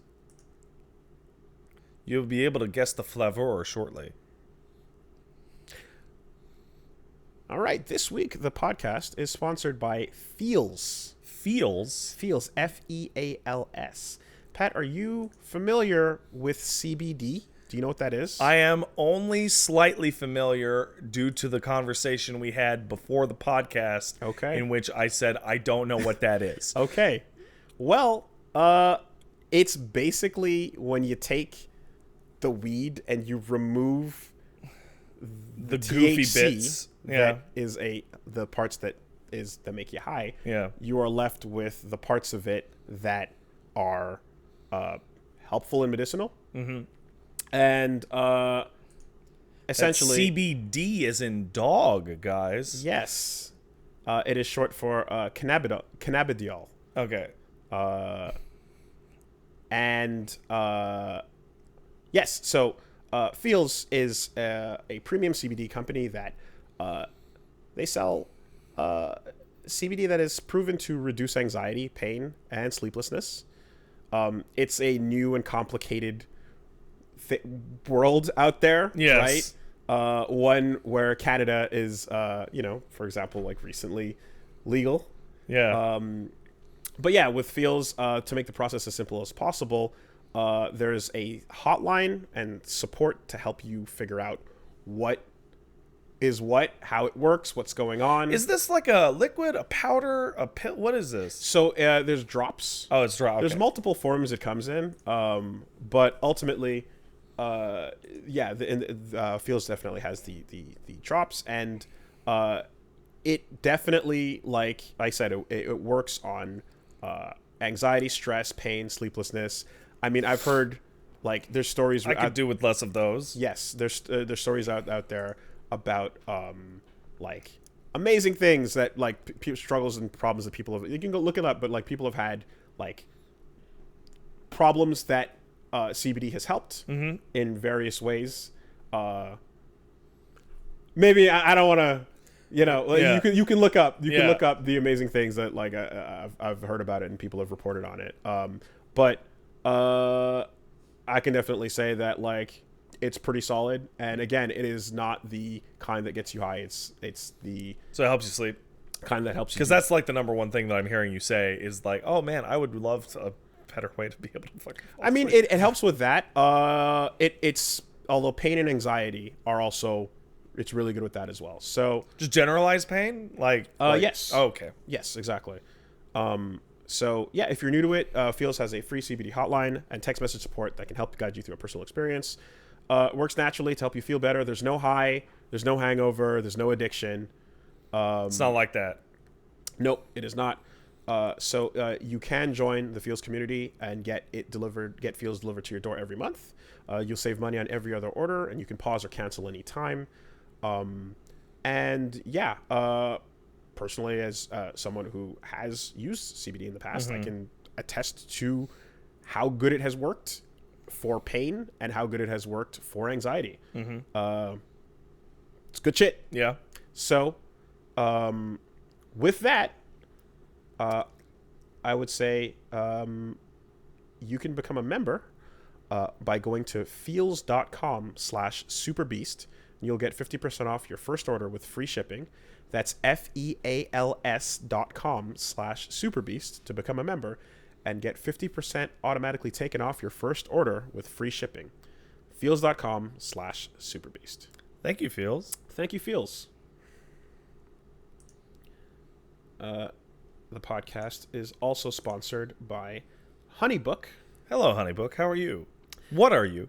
Well, if you run your own business and you're used to doing everything, but you're struggling to get through a to-do list, That sounds accurate. and HoneyBook can help. If you're trying to draft proposals, Man, admin tasks, there's multiple aspects to running a business. And I can say as I don't know how to do any of that. yeah, well, as a new young business owner in this wide world of internets and commerce, Yeah. electronic commerce, one might say. There's a lot that goes into stuff that at first you're just doing it because you're like, well, click the button, send the thing, here's my bank. Yeah. 1, 2, 3, da da da. Yeah. But then as things grow, it gets a little bit more complicated, Slightly more complex. and then you're suddenly like not just doing some basic shit. You have more complex tasks you need to handle. HoneyBook is an online business management tool that can help you organize all that. Client communications, bookings, contracts, invoices, all of that in one place. They make it simple to run your business better. They've got professional templates, e-signatures, built-in automation, things to help you keep on track and make your business look good. And you can even consolidate with services you're already using, like if you use QuickBooks, Google Suite, Excel, or MailChimp or Gmail. It can work with that I had to as well. send an invoice a couple weeks ago, and I had no idea what the fuck I was doing. It was awful. Yes. I would have really appreciated any help whatsoever. I have become very acquainted with the world of invoices over the last couple of years, and this is exactly how you get that hassle ironed out. Save more time and do what you love with HoneyBook. Right now, HoneyBook's offering listeners 50% off when you visit honeybook.com/superbeast. Payment is flexible, and this promotion applies whether you pay monthly or annually. So that's honeybook.com/superbeast for 50% off your first year. Again, honeybook.com/superbeast. Thanks, Honeybook. Thank you, HoneyBook. And we've got one more. Oh, what do we got? Who else we got? Once you've calmed down Okay. and Organize your business. once you take the edge off and you've organized your business, what you can do is relax by kicking off a comfortable pair of socks. Okay. We all love to refresh our snack drawers. Uh-huh. When's the last time you refreshed your sock drawer? Honestly, probably like 6 months ago. Well, it's time for an upgrade. A lot of people, it's a lot longer than that. And what you're refreshing it with is probably some garbage. Oh, yeah, I just buy the cheapest garbage. pile of shit Absolute I can get garbage my on hands your feet right now, right? Yeah. So what you want to do is you want to get with the Bombas socks. They're made with comfort innovations, arch support, seamless toes, cushioned footbed, a sock that is super comfortable, hundreds of colors and styles, perfect for men, women, and kids. And you ever have like, when you have that one shirt or that one pair of shorts where you're like, this material feels way nicer than all the others I have. I have like mostly crappy socks, and then like I have my dress socks, and then I'm like, Yeah. if only I could make the crappy socks made out of this thing. Yeah. Everyone's got that one thing. Like I've got the shirt, I've got I've got the articles of clothing where you're like, oh man, this one material just feels really good, right? That's what this is. That's these the good feeling Bombas one? socks are the good feeling socks. The ones that you're just like, I want to go to. I wish all my socks felt like this. Yeah. That it's like that nice, smooth, high quality. So, why wait? They've got a new line of merino wool socks that are made soft, warm, naturally moisture wicking merino wool, and it's designed with all the Bombas classic comfort features. Cool and dry. For every pair of socks you buy, they'll donate a pair to someone in need as well. Do they come with a feature that keeps your girlfriend from stealing your socks? Yes. That's amazing. That feature is called your increased attention to your socks because of how good they feel. So you notice that they're gone faster. Immediately. And you're like, wait a second. Yes. Buy your Bombas at bombas.com/superbeast today to get 20% off your first purchase. That's bombas.com/superbeast for 20% off. bombas.com/superbeast. Thank you, Bombas. Appreciate it. Bombas. Wow, we got a chunky boy today. Yeah. We got a chunky boy. Did you have any thoughts you wanted to finish? Nah, I'm good. I want my internet back, and I was bored by Indivisible. That's my week. Gotcha. If you want to check out my stream, which will hopefully return tomorrow night, I'll probably be playing Outer Worlds. That'll be twitch.tv/angriestpat. God, please let my stream come back tomorrow night. I'm very upset about this internet situation. My internet's great and Indivisible rules. All right, well, that's the opposite week that I had. So,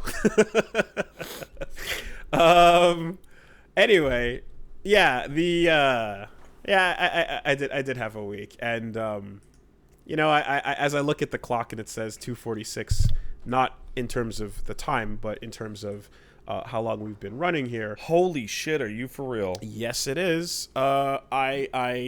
I'm reminded of those who Indivisible's a real controversial game. And what was the other thing? Oh yeah, Astral Chain. Yeah. And the fucking the big fight cast. Yeah. But what was I gonna say? You're reminded of those. Oh yeah, I'm reminded of those who are not a fan of the meandering nature that this podcast can go on. Guys. But all I can say is, look, it's personality driven, I think. All I can we say. just hit the button and we go, and whatever is of interest or of passion is going to come out.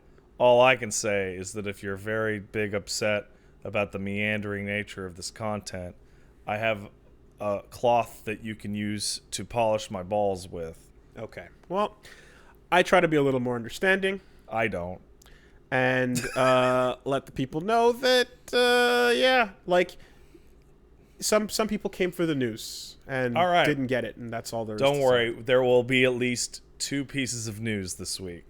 Hey, speaking of cloth to polish balls, That's right. I got a massage yesterday. Yeah? Yeah, it was really nice. What kind of massage? So I was looking for a deep tissue. Yeah. Usually they do that targeted on an area. So it was kind of a mixture of deep tissue and therapeutic. Yeah. But the reason why I bring this up is because You go to a spa or you go to an individual? I went to a spa. Okay. And it was Punch Mom's birthday recently. And, Okay. did a little. Yeah, you do the spa day. Did a thing. Yeah. But like the reason why I bring this up is because after talking about like all that shit last Yeah. time, and then we had the session this time, I kind of went like, okay, I want firm, I want it hard, I want a nice get in there. Give me the elbow. And boy, did like Massage tech has stepped up. Oh, dude. Because like literally there was the masseuse at one point crawled. Okay, massage therapist. Masseuse is the other one. Excuse me. Very different. Very important. Yes. Especially en français. Ouais. La masseur, puis la masseur, yeah, all right. The massage therapist at one point crawled and had knees on my butt. Yep. And elbows going in to the back. Yeah. Like, when I'm talking full weight, I meant full weight. And that's some good tech. Yeah. Good tech. Because guess what? You're not strong enough. Gravity needs to help you. Well, luckily, gravity will help anyone. Yeah. This was a tag team effort between the massage therapist and gravity. And like literally on top of my back going in. And I was like, this is next level, but it was great. Yep. It was great. So shout outs to just like fucking, like I said, I want Kenshiro. Yeah. doing the hitting me with the points. You know, I want Sometimes you just need somebody to take their elbow and just jam it as far as they can into your back. I want a Byakugan going off, and it almost did. So that was cool. Anyway, I guess I'll try to keep it real brief. Did you watch El Camino? I did not. Okay, you watched Breaking Bad? Yes, I did. You paused. Wait, El Camino came out? El Camino is out. Oh Jesus, I didn't even realize. Yeah, it is. There's a Breaking Bad refresher on the playlist on Netflix. Yeah, it's 3 minutes long. It's not 3 minutes. It is not long enough. No way. You need a much bigger recap. You know. Holy shit, that's nonsense. Yeah, I highly suggest anyone who's needs a refresher to go find one that's not just the one included on Netflix, because 3 minutes is not enough time to fucking run through what that story was about. But El Camino was simple. It was good. It was very focused in what it was trying to do. Yeah. It didn't meander too much. It's almost like Indivisible. It's got a clear goal. Yeah. And it just it's what? It's on Jesse that. after the end of the series. It's Jesse. It's his story. Okay. And basically, the movie is based on the fact that Jesse Pinkman was last seen driving southbound in an El Camino, leaving the crime scene. So I guess I should have known that was out, because there was like the dumbest article I've ever seen. Like, people were posting screenshots of its headline because it was so fucking stupid, which is a picture of Todd. Remember that dumb motherfucker, the blonde guy? Oh, yeah. And it's like, here's the real reason why characters look different in El Camino than in Breaking Bad. You see, even though they take place chronologically afterwards, they were actually recorded many years apart. No shit.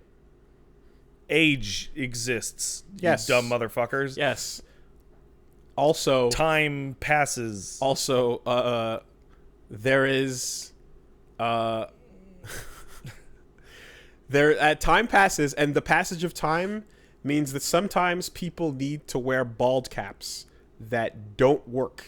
Oh, no. So then you call in the CG budget to fix it. Do you see the CG? It's fine. Okay. But the bald cap was not working. That's fucking goofy as hell. It was bad. So they had to just, oh boy. Time has passed. People are busy. Yeah. I don't want to shave my head again. Not for one weekend of shooting. Yeah. But anyway, El Camino is a nice little send-off. It's a nice little closing bit all this time later. It certainly wasn't. Is it necessary? Absolutely not. No. Does it add anything? Debatably, but not much. Was it enjoyable? But it was enjoyable. Yeah, there you go. And that's it. Yeah. You know? It's a bit like how You know, this is so fucking dated. It doesn't even work anymore. All right. Oh, I'm excited now. What? Come on. The original Full Metal Alchemist ended on a fucking whatever note. Yeah. And then the Conqueror of Shambhala movie came out and confused everybody. Yeah. Further. But then it did kind of wrap things up in a few ways, and then this little side piece. No, you know what? Fuck Finalong. No, bad. I got a better one.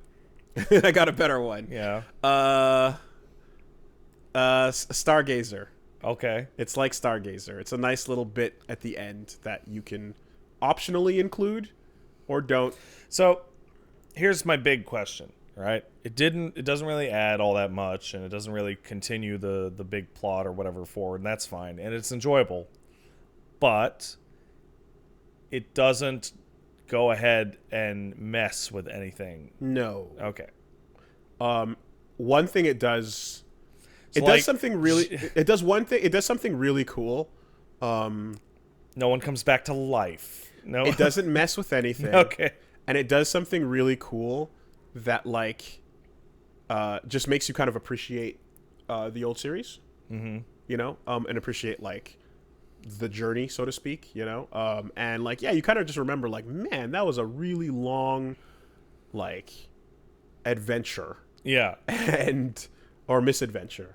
And one thing's for sure is that, like, powerhouse actors all the way through doing a good job. So yeah, you get some really you see some, you know, some talented motherfuckers coming back and doing what they do.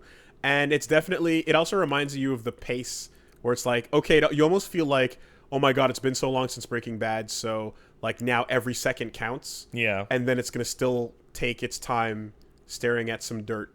And you're like, nah. So now you know how Twin Peaks fans felt. Right. Yeah. And it's like, nah, but like you got to feel that dirt though. So it's okay. It's important to stare at that dirt. Just let it take time, you know. And then there's some not powerhouse actors that return. Oh no. That, you know, yeah, they were there. They did stuff.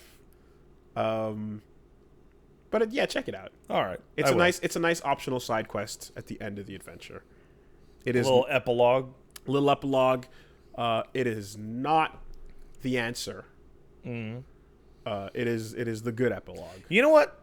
You mentioned FMA, but and I don't want to talk about the original series, but Brotherhood. In fact, Brotherhood did something that very few pieces of media do, that I feel is incredibly underrated, and that is something that you get in books very often.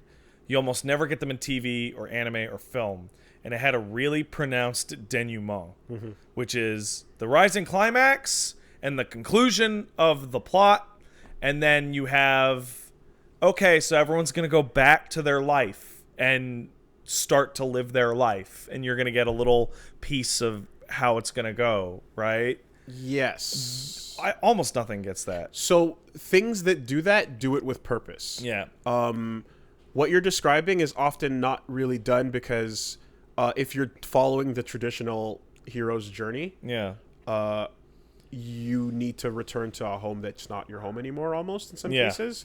And like what I'm thinking of specifically is the Scouring of the Shire. Yeah. Right. Which is the anti-denouement. It's the anti-denouement, but it's important. Yeah. You know, and the role it plays in like these fucking world saviors coming home to what? Yeah, it's garbage. What? Oh, this sucks. Who? Are you fucking oh my god, can we just get on with our like, oh darn. Are you serious right now? Like that feeling matters in the grand context of that whole thing, you know? So you don't always go for it. It depends on the type of story you're trying to teach.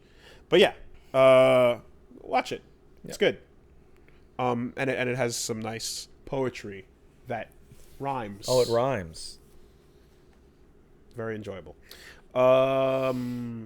George Lucas will be dead and gone, and no one will know what Star Wars is, but everyone will be like, you see, it's like poetry because it rhymes. I went to ECT, East Coast Throwdown. It was a really fun tournament. Samurai Showdown, you know, the usual. Did the thing, had the friends, had the fun, played the tournament, beat some strong people, lost to some strong people. It is what it is. Another step in your road of going pro. Yeah. Christ. On the fucking cross. Shout outs to Johnny Cage and L.I. Joe. Those guys fucking they do a great ass tournament over in Stamford, and a bunch of the people I hung out with really cool. Tight Sam Show community. While I was down there, I got to watch American TV, and you know what that means. I got to watch and see what's going on with the English dubbed anime. Oh, yeah. And I got to see some stuff that I was like, what's going on here? What's this? Dr. Stone? Huh, okay. Dr. Stone Dr. Stone is a new thing. Dr. Stone is going down. That is a new thing. I'm kind of surprised it got a dub. And I don't know. I'm like, what is this? I clearly didn't, and I didn't start at the beginning. I just started at the middle of it. Your nose wrinkled, and you went, yeah. And I watched it, and I was like, okay. They had some other stuff come and go that I definitely have not been following, and I need to catch back up on One Punch Man. Like, apparently you don't. Well, I'm curious to see where it goes. All right. Because I want to know. But, you know, Dr. Stone was like, I was just confused because I was like watching a random episode in the middle of this thing. Yeah. And I did not have enough information to form an opinion one way or the other. Although his hair looks really weird and kind of reminds me of like when my hair is a mixture of green and yellow at times, and it looks like a leak. Looks like a fucking, I don't know. And now the song's in my head.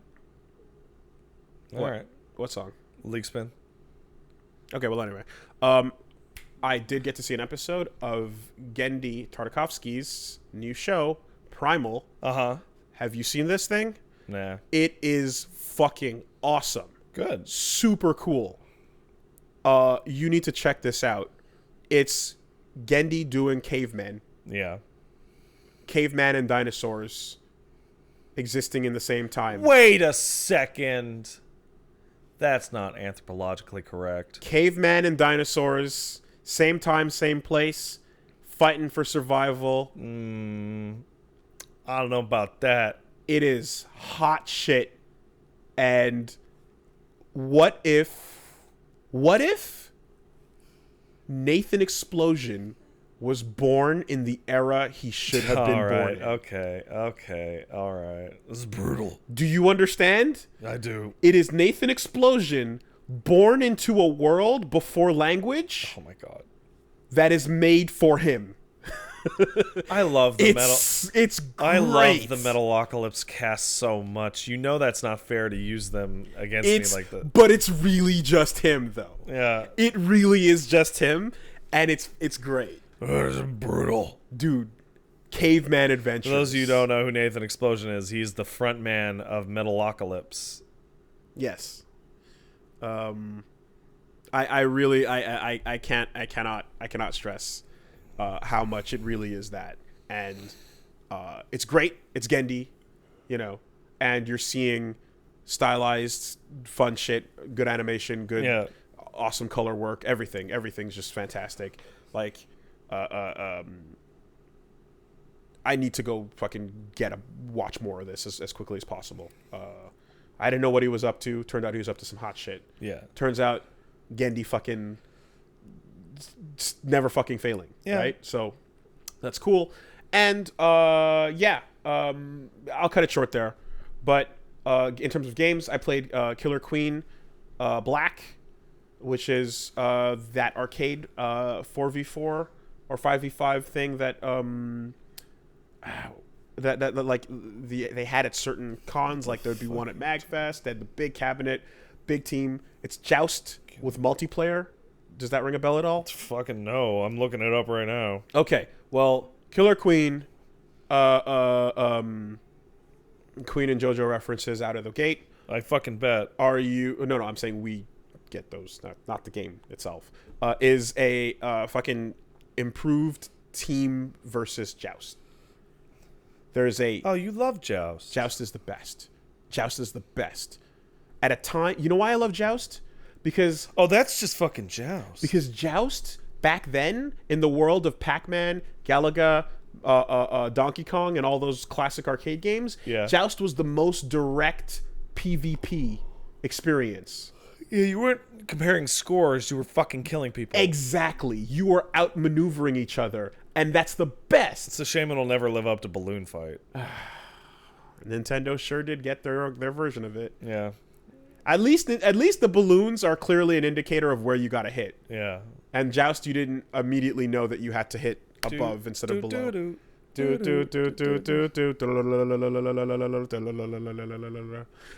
Yeah, so in Killer Queen you have a team. One of them is a queen. The queen has a really hefty weight. The queen can do like a joust, like stab dash, or can dive bomb. Okay. The others are workers that just are fucking work, you know, drones, right? Peons, whatever. Yeah. And they go and they collect berries and bring them back. Or if you feel like it, one of those team members that are collecting berries can go become a warrior, and then you're like a joust warrior. So you can just like you're not the queen, you're just a normal fighter, right? Or you can become a faster worker, or you can become a worker with a gun. It feels like an RTS where everybody plays a unit. You play a unit. That's very interesting. It's very interesting. So I remember Sacrifice kind of almost played with that way back in the day. That old ass PC game, right? Sacrifice where it's not ringing any bells. RTS where you're on the field with your units, right? But anyway, this is something that was like, yeah, you really do. You choose what there's a queen, but everyone else gets to choose what role they want to play. And there's 3 ways to win. You either kill the queen with a military victory enough times, you bring back enough resources, or you ride the snail at the bottom of the screen to all the way to the goalpost. Okay. And you have to focus on all 3 because when you're doing one, they're doing the other. Oh, do you want you want a military victory, economic victory, or cultural victory? Offense, defense, goalposts, you know, a snail victory, whatever. It's like Civ with birds. Yeah, and if you can't, like, you can only kill someone on the snail if you are a warrior, but if you're riding the snail, you have to be a normal unit. And if the snail's moving, you can throw yourself in front of it and it'll stop to eat you, but it wastes time. You know what I mean? So there's strategy to all this, and like it's really, really hard to coordinate like with a bunch of people at first. It's really hard to fight against people that are coordinated when you're not. Yeah. You know? But what's nice is it's on Switch and you can grab 4 people and go online with the 4 local. Oh, really? Against a team of 4. Oh, that's great. So that's awesome. And if you're 2, you can team up with another team of 2, and then they'll put you into a team against another group. So like however many people you're with, you will team up with what you're missing. That's good. I like this. So we went on with 3, and me and Min and Reggie, we got like extra person to join in, and you know what I mean. You kind of do it. So it's fantastic. It's really, really fun. Killer Queen, I've had a ton of fun playing it locally, and like now the port is finally here. These guys have been making this arcade thing and making just like local versions for years now, and like it's never gotten ported, and it's finally fucking here. Give it a shot, especially if you like Joust. Videos of that are currently up on Woolly Versus. You can go check that out. And I went back to House of the Dead Overkill. Yeah, I saw that. Yeah, why? Because I felt like it. I wanted to do it for a long time now. That game's fucking great. Someone reminded me of it, and I kind of went, oh, fuck, I did want to do that. And, you know, everyone's asking me about Shitstorm stuff, and I'm like, I have nothing to do with Shitstorm. I never did, but except for being the subject of the jokes. But if I'm gonna do swampy beefy white leg, yeah. But if I'm gonna do something Halloween-ish, it's gonna be on my terms with the thing that I want. So, in this case, House of the Dead Overkill. Love that game. That game's ending is nonsense oh. In the best way. It's out there, man. Nonsense in the best way. So, yeah, like, don't ask me to fucking play Slenderman or you know, fucking whatever whatever horror, survival horror shit. I'm gonna play my shit. My shit is House of the Dead Overkill. That's how I do it. And it's a good time. And so that too is happening on Woolly Versus alongside Indivisible and Astral Chain. Having a good time. If you want to see more of that, Woolly Versus on Twitch and Woolly Versus on YouTube. Let's get to it. Hey, it's time for the news. Do you want some news? Here, we got some news. Hey. Let's get through it in a timely fashion. You want to do the Fallout thing right away? We can do the Fallout thing right away. All right, Fallout 76 is offering a $100 annual pass that will give you unlimited storage and the ability to play the game by yourself. Okay, now I debated whether or not to call this a clock reset because This is outrageous. this is a dumb idea, but it's just a dumb idea as opposed to a complete failure in its okay, This should have been free. how do I how do you explain what's the difference between someone It depends how you frame the clock, because it's been X days since failure? Well, see, here's the thing. I don't actually count that. I don't say failure. I say it's been X amount of days since an embarrassing piece of news about the game, right? Okay, if that's the metric, then this Because applies. this is embarrassing. If that's the metric, then this is a clock reset. But I'm like, this is almost like a remake the clock. Yeah, just recontextualize the clock. Because for me, it's like this is not a failure. It's like this is an announcement of a bad idea. This is more than twice the amount. This is like twice. The right. failure is the result of what happens after this announcement. Oh yeah, that's the fail. Oh my god. But this is the plan. This is the announcement. And remember, this is leading to the clock reset. This is right after. By the way, they said they weren't going to have any gameplay-oriented microtransactions, and then they put them in anyway. And then they said, "Oh, people love them so much, we just had to do it." And they're huge liars. That was like 2 weeks ago. So now they're going to offer you, hey, a $100 annual pass. It'll expire to play the game single player, which would probably play way better because it means the server won't just be dying every 2 seconds. I mean, and unlimited storage, something that people have been complaining about the whole time they've been playing that game. So this obviously probably had to go through the meeting the meeting conveyor belt of one to another to okay, how do we just monetize in a strong, succinct, simple way, and just fuck it. This is charge more than charge twice the price of the game. Just see who bites. Yep. Take your fishing rod, put shit on it. Put fecal matter on your fishing rod and throw it in. And say you get $100 if you bite this poopy. See who bites. I mean, so I don't know how might much be a fish out there. Extra research you've done on Maybe Fallout 76 and how busted it is. 0. But did you know that the fact that enabling private server games is related to your unlimited inventory space? No. So, Joseph, is his name Joseph Anderson? I want to say it's Joseph Anderson.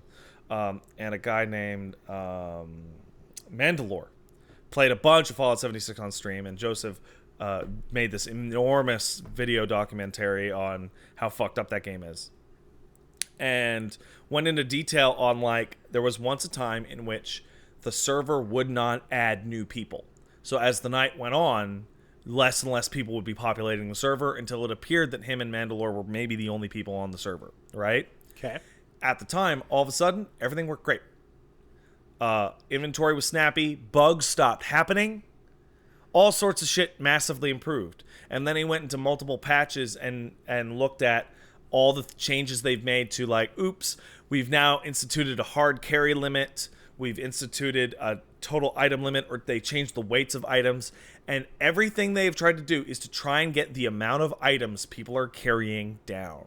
Because it appears that the amount of items that are floating around in the world on characters are being pinged by the server. And that causes the server to fucking die. So, if you create a function in which you maybe don't have to connect to the server, wow, all of a sudden your inventory can be unlimited. You lighten up the load to infinity, because it's probably not even connecting to a server anymore. So this is actually one feature. This is a bug. Wooly, this is a fascinating. This is a bug fix. They determined that the only way to have infinite inventory is to just let people play by themselves. And they go, well, shit, if we let people play by themselves, no one's ever going to play online. What do? Monetize it. Dude, that's almost brilliant. Like, that's almost genius. It's not a bug. It's a paid feature. Like, wow, at the spin on that. Because people have been complaining about inventory management in that game forever, because the game wants you to carry tons of stuff for like crafting and crap like that, but you just don't have enough slots in your inventory or weight. You just don't have enough.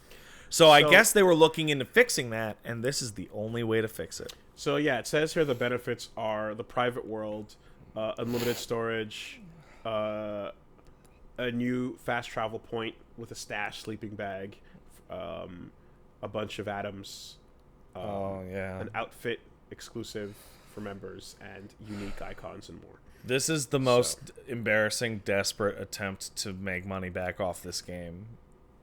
Do you think it's the final attempt? Yeah, probably. Because I have to be real. Like, I didn't expect any news to pop up. Hey, by the way, you know what? When did this get announced? Today? Today. You know why I bet this got announced today?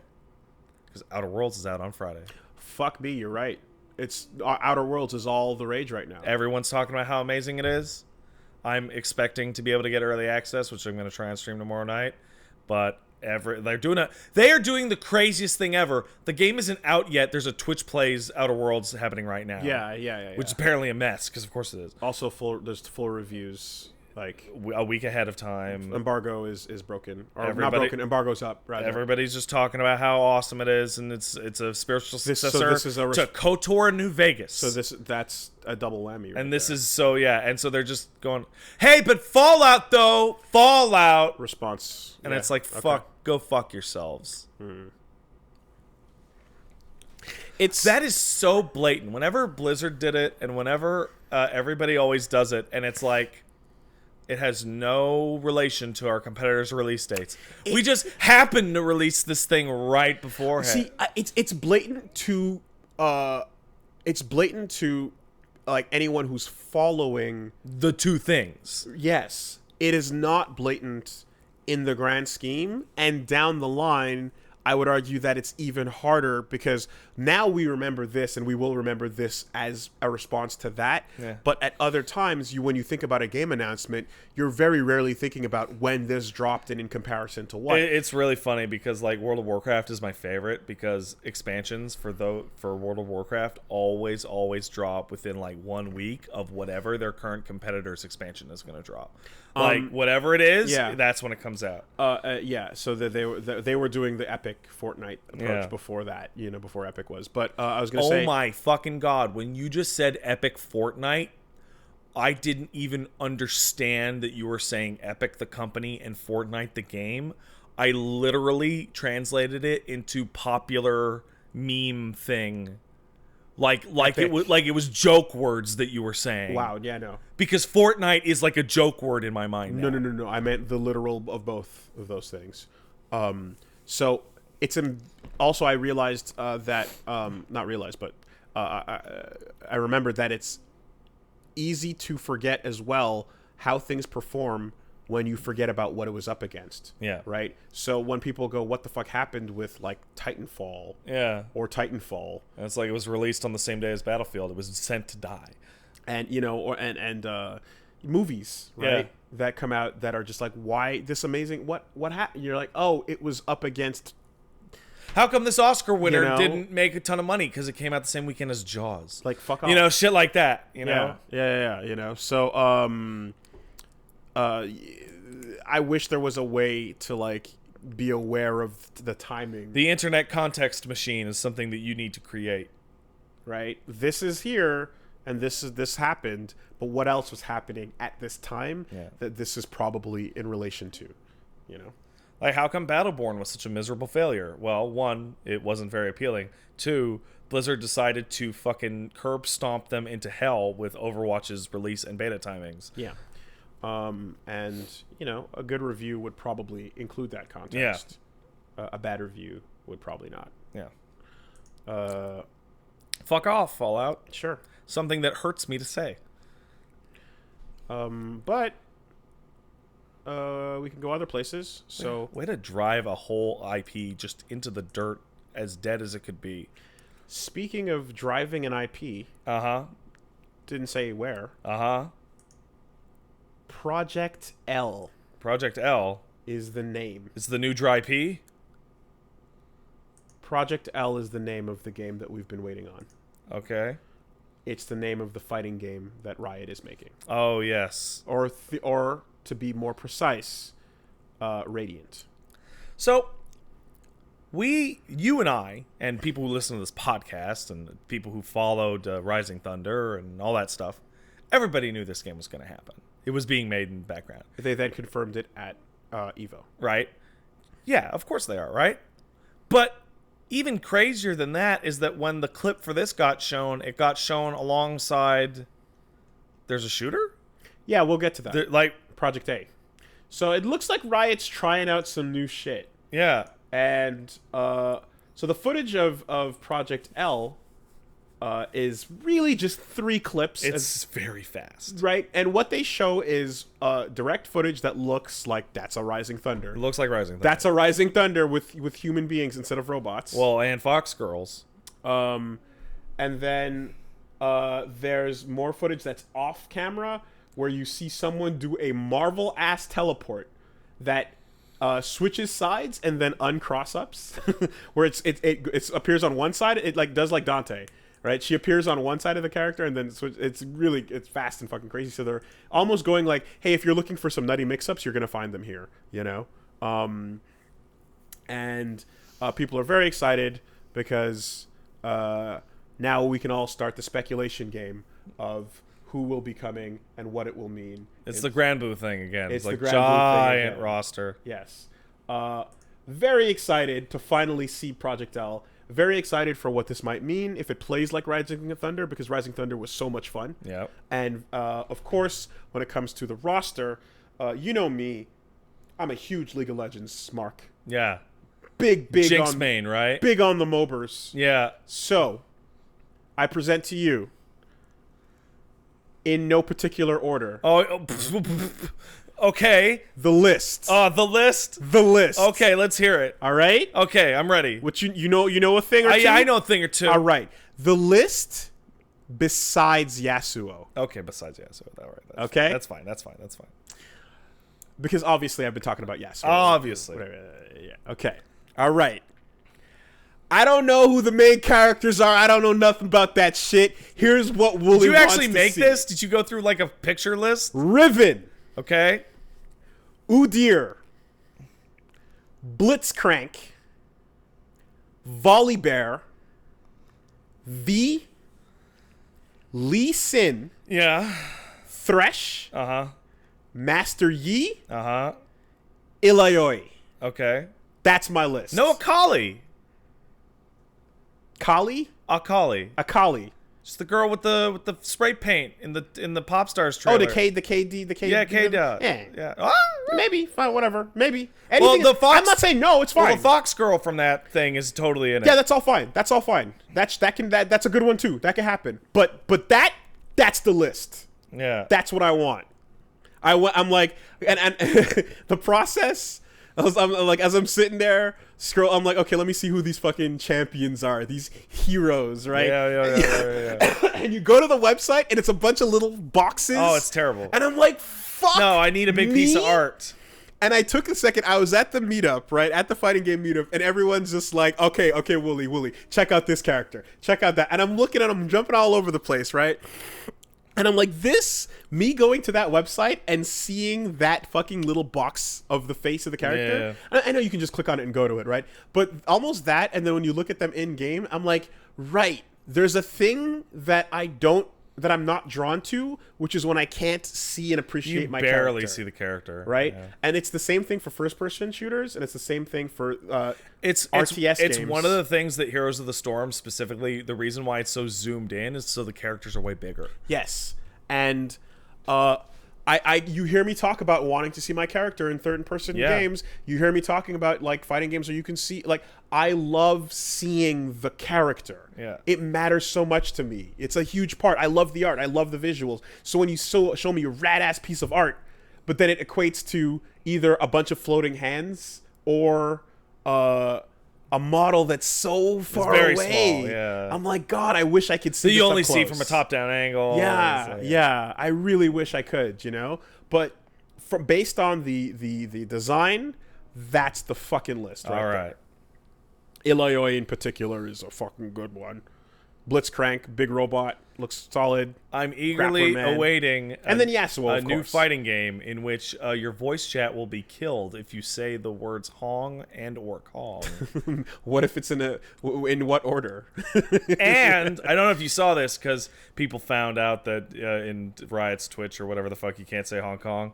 When people went to go complain on the forums, you know what words also they found were banned? The word freedom. Oh, wow. Is banned. That's from awesome. making threads on Riot Games' forums. Riot Games, obviously owned by Tencent, and were temporarily enjoying Blizzard's faux pas shenanigans. But now, I mean, it's the same thing. It's the same thing. Let's talk about Donkey Kong. Yeah. Or Awesome Kong. You see that video of Kamala that 10-year-old Kong. kid at an NBA game, like dancing around in the stands to get the camera on him, and then as soon as he sees that the camera's on him, he holds up a free Hong Kong shirt. That's hilarious. And the cameraman does like, it's fucking hilarious. That's fantastic. It's fucking hilarious. Dude, the bait is hard. The bait is fucking strong on Look that. at me. Look at me. No, don't look at me. It's a moment. You love these moments, don't you? You love these little NBA fucking moments. Yeah, everybody wants a big Titantron moment. It's kind of hilarious. So the word freedom is banned. Yeah, freedom. That's freedom. How about that? A word that is very useful in tons of context on a game forum. I would like to have freedom of choice of character. Blah blah. No, banned. Yeah, banned. At the end of the day, look, Riot bought Radiant. Yeah. It is what it is, right? The cannons, I trust them to make something cool. I'm very excited to see what they're working on. Yeah. Oh, absolutely. I'm sure they're going to do a great job. I just look forward to the cannons being put up on the stage to be killed by the crowd. I really, really hope that doesn't happen because... Well, luckily, we will get a test run of this scenario very soon as BlizzCon approaches. Right around the corner. And QAs are still open. Oh, fuck yeah. Absolutely.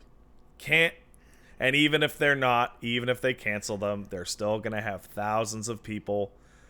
Hey, I was talking to a friend of mine. And he's like, well, how big can BlizzCon be? How big do you think BlizzCon is per attendance? I imagine 20? 35. Okay. You know what that is? That's way too big to escort out. Yep. That is, there's not enough security in a city to contain that group if they just want to yell. Well, the question is what number of that amount is going to be cosplaying May? 25%. All right. Do you have a name or list? No. Okay, well, fine. That's fine. Fucking the cool one with the axe I saw in the thing look cool. Yeah, that's fine too. Anti-air. They might as well be all new characters to me. They might as well all be new characters. I mean, you know what they should do though, right? For the roster, League has been around for a long time and has been adding characters throughout that history. They should go in the same order. Which will make people so mad. Dude, just it's the ultimate Gen 1ers. Oh yeah. It's the ultimate Gen 1ers, We're starting with the first 5. Cuz dude, like, and there's 150 something to get to, 80 something, 70, who knows? We'll get there. Warframe does this thing where they have frames and they have prime frames, right? And the prime frames come out in the order that the original frames were released in. But that's like, I want a prime Inaros, right? Inaros is guaranteed 18 months away. And if you love the frame that came out just now, that frame is guaranteed like 4 years away, at least. So, what are the odds we're gonna get like 3 or 4 versions of Teemo, and like, and like that girl with the big shark missile, Jinx. Yeah. I think we're just gonna. I think just that this game will really show off just how many costumes you can put into a fighting game for money.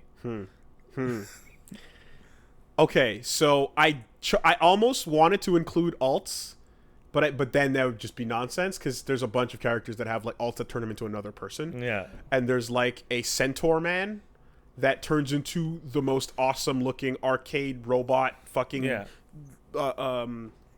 mohawk rainbow wonderful amazing design arcade something. Yeah. And you're like, okay, well shit, if you're getting in the alts in there, this game is just cash money cash. It is cash money cash.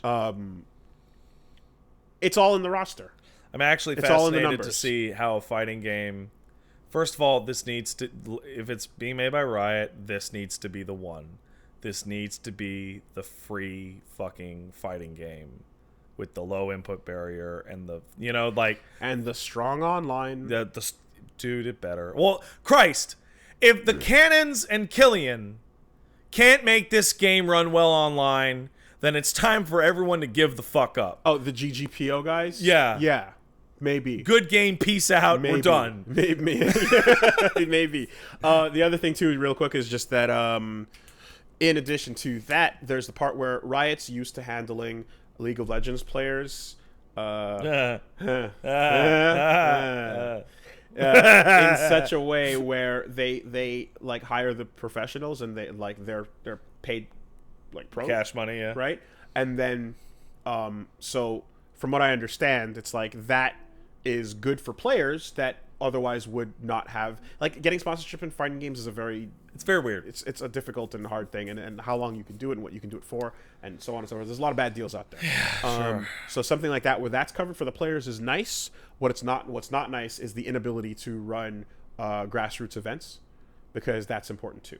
So the events are all big sponsored things as well. Yeah. And like you kind of want the best of both worlds, which is like something that like security the players can aspire to, and like get some good shit out of it, while leaving it so that people can run their events. But you don't want to exclude other people from being able to enter these things. If Riot you can't put a wall up and say new players that are not the most important thing about any join. of these things is that you have free open tournaments. You have to every time. But at the worst case, I can see a situation in which you have essentially a minor league of fighting games in which it will actually retreat to the trash bin that it spawned from, in which players will become known there and get picked up to go to the big leagues. I mean, de facto, even though it never happened with the current fighting games, it still sort of has. It's happening in an unspoken way, with things like Street Fighter League happening. Yeah. Right. Like you're getting these large invitationals, and there's a list of like pro players that are making points, and you can still go to events that give out CPT points and make them by ranking high. Yeah. But at the end of that, the people with the list of points that make the top whatever all become the pros. Yeah. You know, so there needs to be a way in, a method in to get in there. At the very least, that doesn't Evo involve going through demands Jesu. to be an open tournament, and it demands it because the Cannons run the fucking thing. Yeah. And so, like, if they're gonna put their own game at their own tournament, Yeah. and it's anything other than an open tournament, that would be a farce. It would never happen. Yeah. That'd never happen. You know, the roots are still there. But yeah, this looks really great. I'm looking forward to it. Project A is the hero shooter. Oh my god, did these all... Is there a Project E and a Project... It's 3 things, right? It's the main takeaway from that Riot announcement stream was Project A, Project L, and then League of Legends console. Okay. Wildlands, I believe it's called.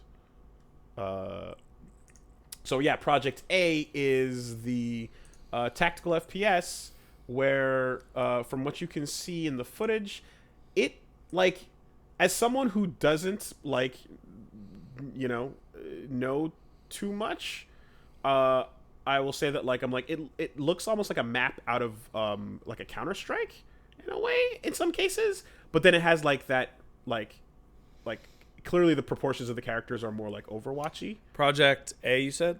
Project A, right? So you're seeing a very like at some point you're outside and just staring at some buildings, and then at another point you're indoors and you're looking at boxes and what looks like a fantasy type building, and then suddenly someone puts their gun down and starts doing magic with their hands and casting and rezzing, and you're like, okay, so this is multiple things. Someone in the chat says Underwatch. That's pretty funny. So yeah. All right, I'm looking at the footage now. That absolutely looks like a Counter-Strike map. Okay, I'm not crazy, right? And the way that they're moving around and shooting kind of looks like a cross between Siege and something more arcade. Okay, good. Because I see all these crates, and I see this kind of just, these outdoor little enclosures. Yeah, that person's dead on. Underwatch is totally on point. This is Siege with hero abilities, but not like Siege's hero abilities, which is like breach the door and shit like that, but like, woo, pew pew, magic. Ah. So, yeah, I like immediate vibes of Counter-Strike upon seeing the way that That's what Shadowrun should have been. the glimpse of gameplay there. But yeah, so probably gonna have a bunch of like strong character designs. There's a lot going on in the gameplay clips that I saw. Yeah, double jump, knife throwing, to blink, all sorts of MOBA shit. magic. Yeah, It's a MOBA shooter. You're gonna have a hero with abilities, right? So yeah, that's Project A. We'll see what that's all about. right. But MOBA shooters unite. reaching into the God. Defense of But ancient. first person. Anyway, we'll see.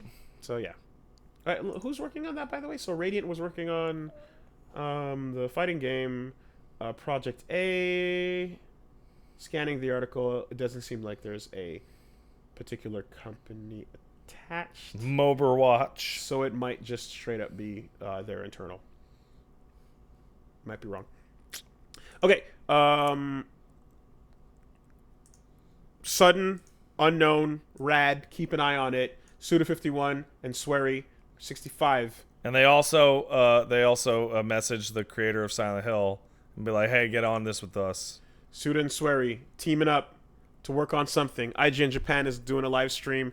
On the live stream, they hinted that they are, teaming up possibly with each other to work on something known as Hotel Barcelona. Who fucking knows? But that is a dream team, and I think everybody would be very happy to see it because, like, they're very similar. They're in a similar space in the industry, right? Like, Japanese dev with a personality that kind of occupies, like, a particular niche, and everyone fucking loves their weird shit and wants them to keep doing it. So I really want to point out how fucking bizarre this announcement is, because this is literally Swery and Suda got together and were like, "Hey, let's go hold a conference." Okay, cool. We have an idea for a cool game we both want to make. We're cool. And in the middle of it, two things happen. Somebody was like, "Anybody else?" And then I think it was Swery goes, "Oh, we should totally get the director of Silent Hill on this because I'm bad at concept art," or something like that, and started texting him during the thing. Keiichiro Toyama was asked via text message if he wanted to work on the game, and he replied yes. And then this is the part that's extra crazy. They're like, "Oh, we're thinking of teaming up with Devolver Digital. We think they're cool and they'll give us some money." And then Devolver's Twitter account went, "Huh? What? Can you come talk to us, please? What are you talking about?" What did they on Twitter? What did they like? Yeah, they made a confused tweet. It's like, "You should probably come pitch this to us. It sounds cool, but we don't know what you're talking about." That's great. So they're out on stage going, "Yeah, probably Devolver," and Devolver's like, "Who? What?" Yeah, fantastic. So this is a Hail Mary. I love it. This is absolutely, dude. Fuck it, like Scorsese and Tarantino on stage are just like, You know, yo, text Leo. Yeah, we should probably make a movie. You got Leo's number? Yeah, I got Leo's number. Yo, Leo, we're doing me and Quentin are sitting here. You want in? Yeah. Yes. Okay. Live on stream. Hey, Sam, you in? Yeah, Sam's in. Sam's coming? Yeah, Sam's coming. All right. What's Brad up to? Brad? He might be busy. Let's see what's probably going on. busy. He's bored because the wife's doing Disney shit. He's on Snapchat. Yeah. Shoot him a message. Shoot him a fucking... Yeah. Is there any studio that wants to make this movie? Anyway. Yeah, it is because they're both famous, eccentric Japanese number-based creators that that's a power couple. Like I said, it's the same space. There's only one thing that I'm worried about. Hotel Barcelona, if and when it gets made, could be incredible. But boy, it could be terrible. Might be. It could be really bad. I hope something about it involves 116. Because They also said they're straight up gonna it's based off of like the tone of Twin Peaks season 3, which is like, okay, so you have seen it. 65 plus 51 Yeah. is 116. You see Swery changed his name last week? No. On Twitter. Oh, to 69. Yeah, it was the dumbest thing. Good guy.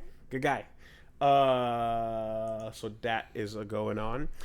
And then, speaking of eccentric Japanese game creators, That's right. hanging out, promising new projects. This one was a little mean. Not quite a promise, but just a wish. Yeah. Still, the internet's new hero, Ikumi Nakamura, went to hang out with Hideki Kamiya. At Platinum and be like, And she just went to go mark out at him over Okami for a bit. And while they were there, I'm going to 100% guess this is all on her because she's the one hanging out doing JoJo poses with people. She's the one fucking... So she goes and gets a video where she's standing next to Kamiya and they basically say, we believe Okami will return. Oh, she says, Okami's coming back. We want to make an Okami sequel. And basically they're just kind of like, we want to make Okami again. That's it. There's no actual news there. It's just no, like, it's we want just to do we it. want to do it. You should let us do it because we want to do it. And Capcom's like, huh? Yeah. What? Who? Everybody's excited to see where she lands. She has really done a really good job of creating like this cult of personality and positive energy and all this shit. We thought she might. It would be nice to think she might end up at Platinum Games, but unfortunately, I'd like for her to be able to make some money. After this interaction, I do believe the footnote was that she did get blocked by Kamiya. Yes. So that is unfortunately. She asked him a question in English. Yes. And then he went. He recorded the video, and then immediately afterwards, she was blocked. So there you go. Kamiya is such a fucking asshole. Of the best, of the best kind. You would understand. I would. I guess I would. We visited it earlier, about an hour or two ago. Yeah. Here's more fun stuff. Patrice Désilets at EGLX took place last weekend. Yeah. Hung out, and he's talking about ancestors and what's going on with that. And someone asked him about radio towers. Yeah. Someone asked him about Assassin's Creed. Yeah. And they kind of said like, hey, do you see yourself as stuck being the Assassin's Creed guy? And he said, I don't know. Honestly, I don't know. And he kind of laughed. He said, a little bit. If you're going to spend years on something, I hope that happens. Breath of the Wild. Wow, that game where you could do anything. Once you finish the first half hour or so, now you're just going to climb towers and unfog the rest of the map. Sorry, it's my fault.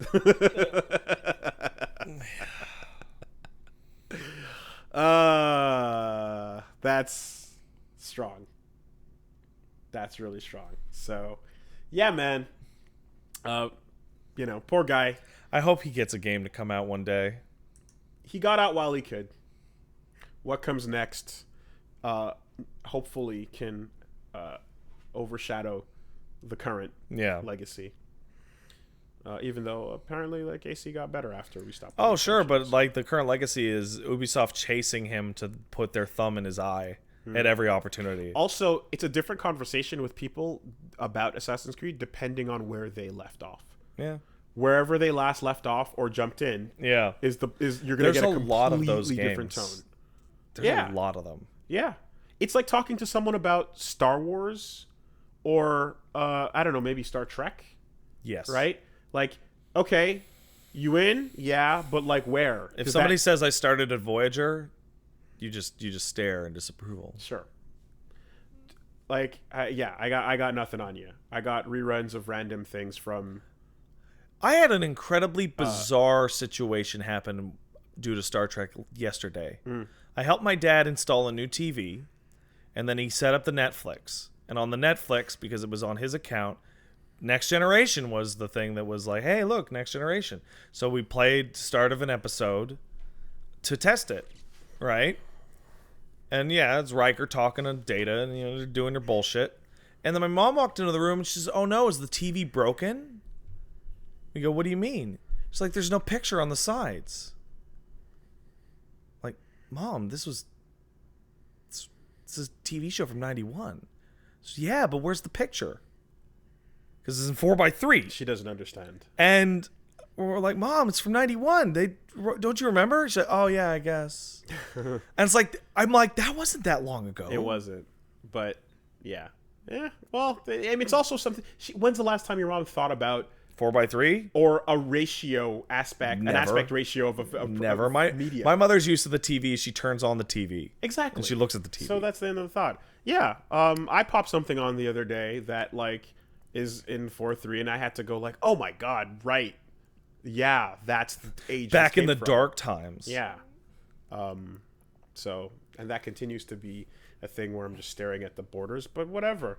You know, Well, just stretch it out. Or they could have put some artwork on the side there. Just stretch it out, man. Just put a nice little border. I don't like artwork on the side. Yeah, of course not. It's garbage. Yet we do it anyway in our stupid LPs. Cause... Oh, that's different. That's different. Anyway, so that happened there.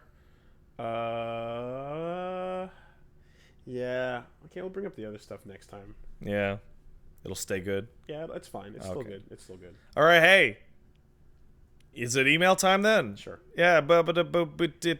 Hey, it's email time. If you want to send an email to this here podcast, you can send it to castlesuperbeastmail@gmail.com. That's castlesuperbeastmail@gmail.com. Your email may be read on the air and possibly answered, possibly just sarcastically derided. Wooly, what do we got this week? Well, I was just gonna say I'm just thinking like what Star Trek means in my brain. Yeah, what does it mean? It means handfuls of random reruns of Kirk, Picard, and DS9. Okay, so you've never like sat and gone through it in continuity. Yeah, that's how like I'd say most people have encountered it. It was just because always it's always on. It was just always on. And sometimes I'd see, you know, like Spock, and other times I'd see a Ferengi, and I'd be like, oh, is this the old or the new? And then now it's confusing because it's all the old. Yeah, but at the time it was like, well, is this Quark in the Enterprise, or is he in the bar on the? Okay. I would.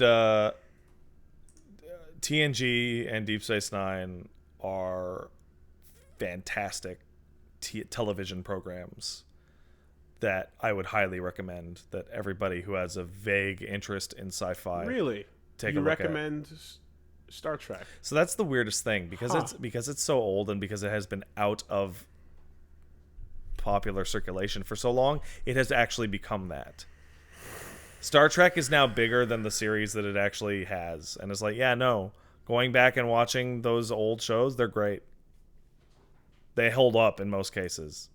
In the cases they don't hold up, oh my god, do they not hold up? Holy shit. But the ones that they do hold up really well.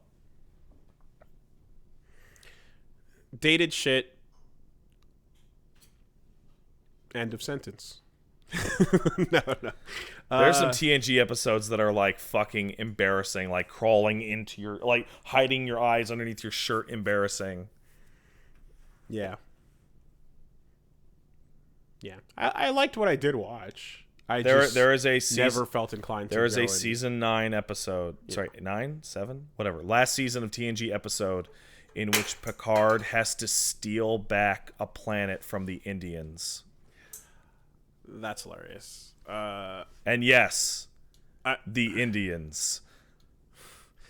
See, I do know that there are episodes where they go to the planet and they be like, don't fuck with the Prime Directive. Yeah. Right? And so it's all about, like, leaving the ignorant masses unwashed. Yes. But, in fact, that's how the new movie started, right? So, but yeah, the problem, I think, is the same thing with the X-Files to me, where it's like, there was a time when, there's a lot of TV shows that would just kind of be on the air, and TV was not something that you sat and watched chronologically. It happened passively, right? I went to seek out the shows I wanted online later, and, like, in particular anime and whatnot. But, like, if there's anything that was just on the air in this certain time frame, with the exception of, like, Reboot, which I had to make an effort to record and watch when I wasn't home and catch every episode. Reboot, I had to fight to watch all of it, right? But other shows like Star Trek and like X-Files, I liked it when I happened across it. And that was easy because it was always on. But the work to go back and actually catch everything, it just never gripped me in that way. They're all on Netflix now. Yeah, so now. But like it was from an era before. Yeah. I similarly for TNG, it came on at 9:00 on Thursdays, I think. And that was a problem because 10 was my bedtime at the time because I was very young. And also, I had fucking Scout Beavers, I think, at like 7 on those days. So I'd have to fucking haul ass to get home, and then my dad would usually tape it. But sometimes he forgot. You did Beavers too? Yeah. How many badges you get? A bunch. Oh yeah, for what? All sorts of stupid shit. I don't remember any of that. You tie a knot? I don't know how to tie Start a fire? Nah. Catch a fish? I don't fucking remember. The fuck did you do? I don't remember. I was like 6. What do you want from me? I did Beavers. It's Canadian Scouts. Well, it goes Beavers, Scout, Cubs, and then Scouts. Yeah. I don't know. First question comes to us from... Funniest thing about scouting was the fucking block car races in which the dads would get all crazy. Do you ever do that? Mm-hmm.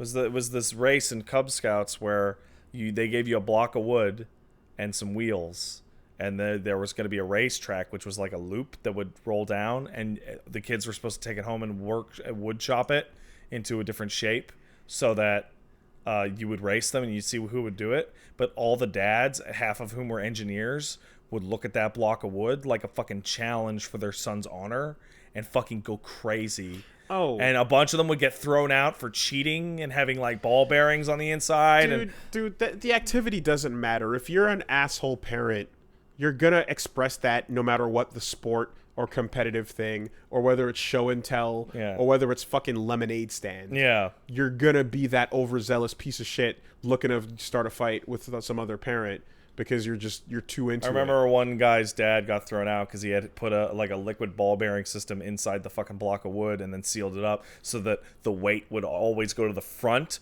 but then when it would level out, the ball bearing would go into the middle to keep it steady. And it's like, Jesus. Dude, or the science projects. I was at a science fair and the parents were all in there, and again, it's like whether it's a fucking science fair with the dad assholes or whether it's a fucking pageant with the mom assholes and the parents just living vicariously through their kids, you're all garbage people. Hey. You need to stop. Team sport parent. Team sport parent's going to jail for causing the ruckus because Billy's foul. Rushing the ice.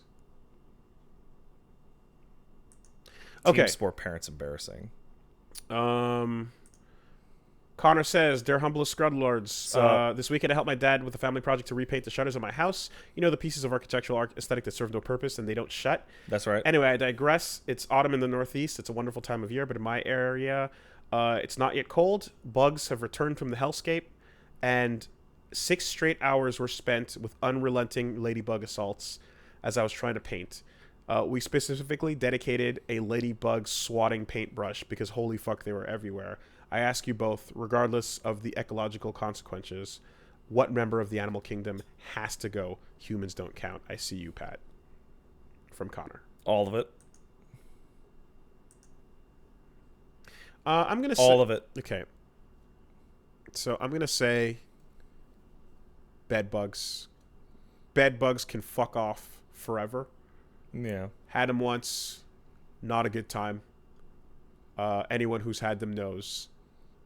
Bed bugs can absolutely, unequivocally fuck right off. I had a buddy of mine who got bed bugs. It was like a nightmare for months. Just like you think you got them all. No, you didn't. Like spiders in the end are pretty harmless. Mosquitoes are garbage and they carry diseases. They kill like millions of people. They can go. Yeah. They can go. But yeah, mesquites would probably be my number one. But I stopped living anywhere where mosquitoes were a problem. Yeah, so those people can die for your comfort and your bed. Mosquitoes used to be a problem when I was young, and now I don't care about them because I haven't dealt with mosquito in a very long time. I'm sure if I still lived in Verdun, I would say moths. Because every year... But those two are just harmless. Yeah? You ever been in Verdun in moth season? I lived in Grenada. Oh, yeah. Okay, that's fair. How big were the moths you dealt with? I don't know, about yay big. About 2 quarters. Putting together some coins, are you? Yeah. I noticed that you didn't hold your palm out flat. Is that a moth? Yes. Is that a bird? No. But it might as well have been. Because when it's flapping around at nighttime up around your fucking light source, it looks like a bat. Well, don't live there. Yeah, well, anyway. That's bad. I don't want to hear your complaints about moths. All right, that's fair. Could you hear the wings? No, of course not. That'd be silly. That's not a real animal. Yeah, okay. Well, the Grenada doesn't sound like a very fun place to live. I don't think it was a very fun place to live. Transmog, cosmetics and competitive gameplay. Super Transmog Beasts, Yeti says, every time you talk about wanting cosmetic and transmog in games, all I hear is, I just want to play Blanca and replace his model with Dalsum and his idle animation. Why can't I get the look I want? That'd be hilarious. Wanting to have your character look like you, look good to you is obviously important, but other players need to be able to understand your character from just looking at them. Just think about Team Fortress 2's cleanly designed silhouettes to tell classes apart at a glance. That would be completely destroyed by piles of hats and garbage hanging off of them, or Tekken with pool floaties, shower heads, and pets floating around, the fighter completely obscuring their attacks. Mm-hmm. You ever see the absolute worst case yourself, though it was modded in? King Boo's model in Zangief in Cross Tekken. Yeah, I've seen it. Awful, right?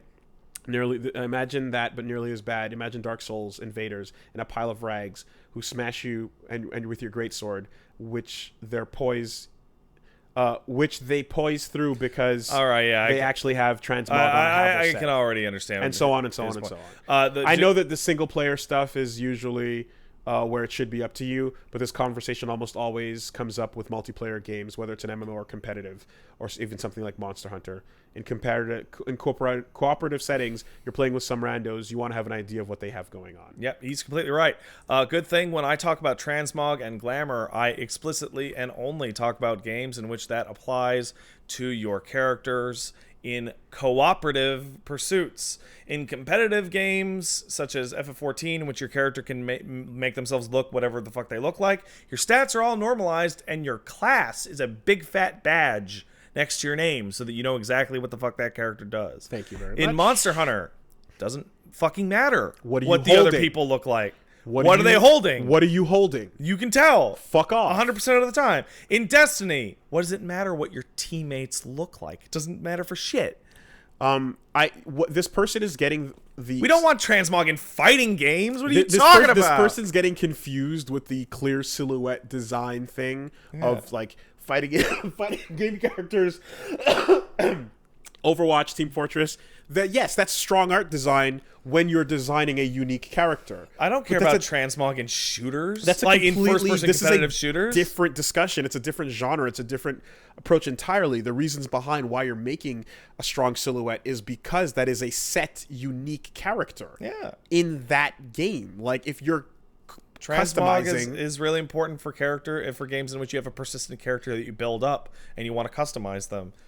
in cooperative endeavors. Yeah. And again, there's other ways. If your only argument is I need to know what they can do, there's ways to do that besides sticking them with the same unique look. Yeah. You can put the class above their head, which is really common. You can see that guy is holding a charge blade or a fucking whatever it's called. No matter how goofy those fucking weapons look in Monster Hunter, and sometimes they can get really goofy looking. You know what? Within one swing, you know what. Is that a horn? Yeah, it's a hunting horn. Yeah, is that a longsword? Is that an axe? So there it is. There's other ways to give you that information that don't have to stifle someone's ability to. I understand and I appreciate the effort that you made to your email, but unfortunately, sir, you are arguing with no one. You're the wrongest and most off it's ever been. That's not true. That's an over-exaggeration, but nonetheless, Yeti, I'm sorry, you missed the mark. You tried. Like, as I was reading it, I'm just like, you're mixing genres here. Like, and also Tekken with floaties that exists. Have you seen Tekken matches with the custom characters? They look like nonsense. Yeah, they certainly do. Also, Tekken happens to not have characters holding weapons all the time. So sometimes it does. I mean, but I mean, like, you put a gun on your back and you shoot it. But custom characters in Soul Calibur are much less of a thing than they are. Like, you can tell, you can still, you know who you're fighting. Yeah, because they have a weapon. You know, like, and it's awesome. It's Ivy. Whatever. And then the game still tells you ultimately. It says, yeah, that's Kazuya. What? Yeah. But anyway, and let's take one from Philip. He says, "Dear Dreadlords and Dungeon Keeper, so tomorrow is the reset in D2. Seems like I've missed my chance at completing the new raid this week. Unfortunately, it means I've missed out on my chance to buy the Sweet Jacket via Bungie Rewards. For those who don't know, BR is a program that allows you to purchase certain real-world collectibles if you complete certain in-game achievements. I'm disappointed I missed out on the jacket, but I guess it just means I didn't deserve it. I think a program that encourages you to get better at the game if you want sweet memorabilia is a great way to market merchandise. Makes me wonder, how do you feel about ideas that make you have to earn the right to buy some of the best merch, giving each item a certain level of prestige after you get it? I think it's just to get it. I think it's interesting.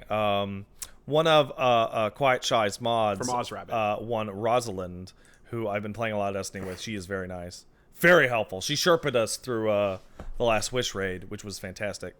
She got that shirt. And I think she put up a post on Twitter that was like, I beat every single fucking raid and did all the challenges, and all I got was the stupid t-shirt. Yeah. I think it's a cool idea, but if it's still a prohibitively expensive item, it's not. It's just a shirt. Okay, that's cool. But a jacket sounds way more expensive. But you had to do every single raid achievement possible, which are extreme. They're a lot. Yeah. Plague says slog to pay. Yeah. Yes. Yes. Yeah. Yes, I know. I understand that. I feel like there's a way to do that horribly, and there's a way to do it. There's something fine. that 14 does, which it has problems with it, but the idea is cool. Which is they have a PvP thing called the Feast, which is a 4v4 thing, and they have seasons of it. And the top 100 people in the season get a unique mount or a unique piece of armor that will never come back, ever. So when you see somebody with it, you're like, oh, that dude's really good at the Feast. Problem is people win trade themselves into the top. But hey. It really is just the opposite version of the KFC Fat Chocobo, though. It's like the reverse order of real world item leads to in-game rewards. Yeah, in-game effort leads to real world item. Yeah. Yeah. Personally, I think they should send the item to you for free. That would be nice. But the nicer the item gets, the more that's a difficult thing to do, understandably. Again, big ups to Roz. Thank you very much for helping us get through Last Wish. Yeah, if you S-rank every floor of Bloody Palace, they should send me that Neuro jacket. Yeah, they should. But you have to put up a video of you doing it legit. And you have to do it in front of them. Yeah. With some judges. Yeah, do it again. Mm-hmm. And lastly, let's take one from Chris. He says, "Dear Dreads and Balding LLC. Damn it. China has a consumer population of 1.8 billion people. How are companies supposed to hold on to their values when the potential population to pander to overshadows every single country in North America and Europe?" They don't. There's no ethical consumption under capitalism. So this is ultimately always going to come down to being a question of ethics and morals, right?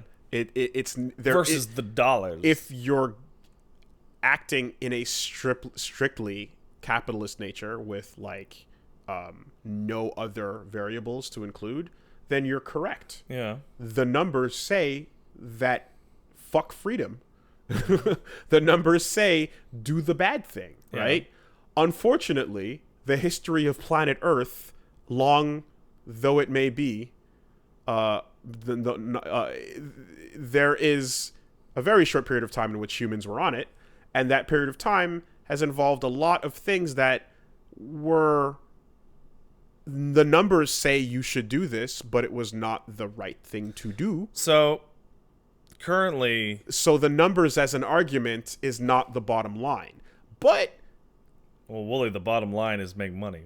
That's the but. The bottom line is make money, right? Now, who are you in life?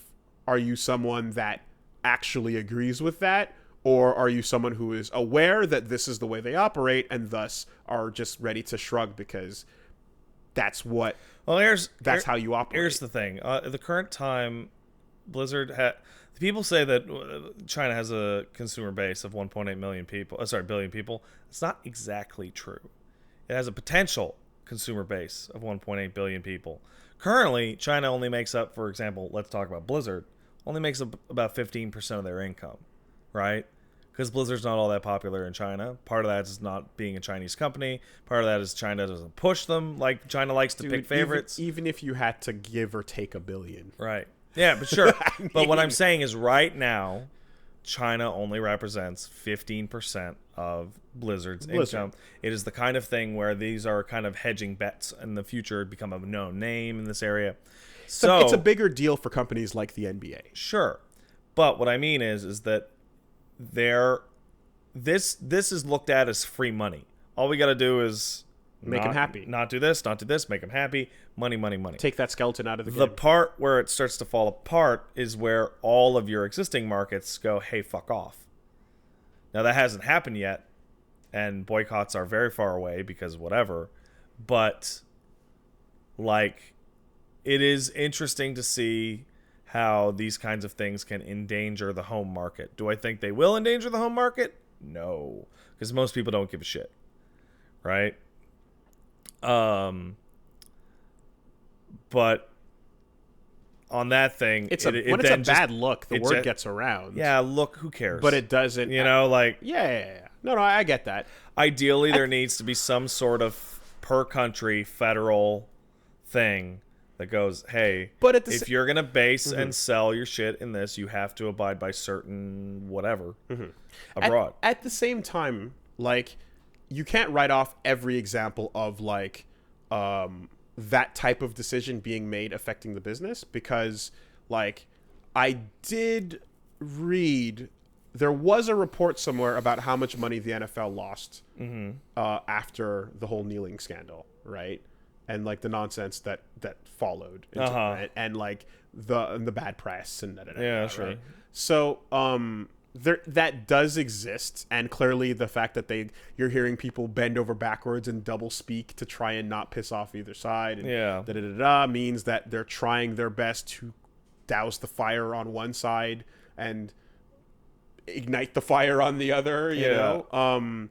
But yeah, I think the problem ultimately is going to come down to, like, if you're trying to project yourself as, again, like a company that's operating with a slug line like every voice matters, then when you have to be beholden to that, you look like a fucking fool. Yeah, but looking like a fool doesn't hurt business. Not usually. Boycotts hurt business. But Blizzard is planning to announce the Diablo 2 remaster and Diablo 4 and I think Overwatch 2 at this BlizzCon, and we will see just how disappointed we can be. But looking like how all those memes and all those Hong Kong fucking with them disappear after those announcements. Sorry, my brain's doing the thing where you say the thing and I have to think about the thing before you, even though you moved on to other stuff. But looking like a fool is a result of doing something bullshit. Yeah. And the bullshit action is the bigger point that leads to the boycotts. Yeah. It's all... But, I mean, we're talking about the games industry. Games industry doesn't do boycotts. People say they'll do boycotts. They don't do boycotts. Yeah, no, that's true. But I mean, or rather, not for a long time. But at the same time, we're getting off topic. Because I was going to say that, like, there is something tangible to the bad press when it prolongs for an extended period of time. Sure. Right? Blizzard's issue with this whole thing is not going away anytime soon, especially since the Hong Kong issue is not going away anytime soon. As long as those two are as long as one of those is in the news, the other's going to be in the news, and guess which one is going to last longer. Yeah. Right. So, when it comes to that email, just about like, hey man, look at the amount of people here. Yeah. How are federal intervention is the answer to that. That is how that becomes a thing. Because if you're looking at what we talked about last time, where it's like, hey, there's a giant list of companies that have slowly been like influenced by China in these different ways, and they've purchased in at different amounts, right? And we talked about Tencent and all that shit. The claw that reaches in and holds down everything according to what China wants to hear has more and more influence, and you can't really untie yourself from that without federal intervention. It says a lot about the way the world currently works, that because you can't expect these companies to just agree to forfeit a bunch of their shareholders and a bunch of their profitability. It says a lot about the way the world works, that based on a country that is ostensibly a communist state is showing everybody how a capitalist corporate dystopia works. Right? Like, yeah, the bill got killed. Hey, one guy in the chat, the bill got killed, but they're still fighting for the 5 individual things. Money. They announced the bill was going to get killed a while ago. That's not the news story. Get informed, buddy.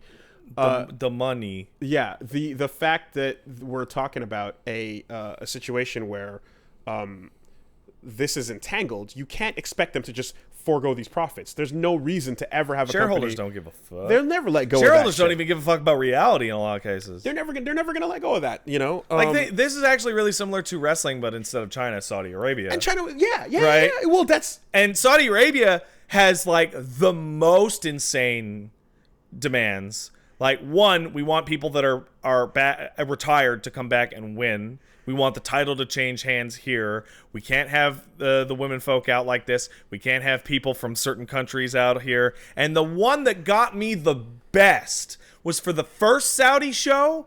One of the guys was like, yeah, and we want Yokozuna there. And the response came back, dude, he's dead. Yeah. And the answer, we want Yokozuna there. So they dressed up a guy like Yokozuna. I didn't hear about that. And pretended that he was fucking alive. I didn't hear about that. That's insane. That's wild. That's fucking wild. So the part of this conversation that, like, I have a bunch of the times, and, like, again, keeping up with news and everything, would inevitably lead to, like, so there's what we're talking about. Oh, they asked for Ultimate Warrior too. Jesus. So there's what we're to be fair, there's more than one. There's literally a guy who's the warrior. Yeah. So there's Hearthstone paper held up in front of a webcam. It was funny. Yeah. On one end of the, like, where are your ethics? Yeah. And then on the other end there is, a dude went into a consulate. Yeah. And got chopped to pieces, and we're still okay with doing business. Yeah. Right? Like, there's a point where you go, okay. Yeah. It's very obvious that this is the bad. Well, we're not going to dive into what countries are doing what dirt, because a lot of countries are doing a lot of wildly so, right? So it is impossible to expect that, like, there will be a sudden change in the way business is done, and people will just see the light. Yeah, people don't care. It's just money. But that doesn't change the fact that, like, when it comes down to trying to trample on individual people saying things in this manner, you're gonna get called the fuck out on it. The problem it's going to be a continuing problem. Blizzard is a U.S. company, and Americans, more than anybody else, love to tell you what they fucking think, especially if you tell them not to. If you tell the American people, hey, shut up, you think, no. Yeah. No, this is the last place in the world that they're going to go, stop talking about this. Okay, good. That problem got dealt with. Whew. Now the Americans will be quiet. No. Yeah. BlizzCon's going to be a riot. Yeah. It's difficult because when you zoom out to frame the whole thing, right? There is what would be ideal, and then there is what is, right? And then there is how naive are you for thinking or hoping that things would be ideal, you know? Extremely so. It's like, as you grow older, you grow more cynical. And you're more inclined to believe that it's dumb to think that like that any of that would apply. I just see like a fucking Blizzard logo talking to like a teenaged Uncle Sam, being like, "Would you just shut the fuck up?" Yeah. Fuck you, man. You don't tell me what to do. There was never a question that like the order of the day is like what saves money, what makes money, and that'll always be the case, I guess. I'm trying to think about how the fine line, like, all right, here's the fine line. Should be approached. Here's the fine line. All right, because inside, because inside, it makes me want to go, yeah, don't fucking do that to begin with, and you won't have that problem. Yeah, well, yeah, but the problem's worth it. So here's what I want to happen. Here's the fine line, right? I want a Blizzard man to walk out onto the stage and go, all right, everybody, who's excited for Diablo 4? And somebody in the crowd yells out, free Hong Kong. And he goes, okay, and pulls out a tear gas canister and just chucks it into the crowd. And then it's on. You're right, Pat. I, too, don't know the answer. Have a good week, everybody. Be safe. Goodbye.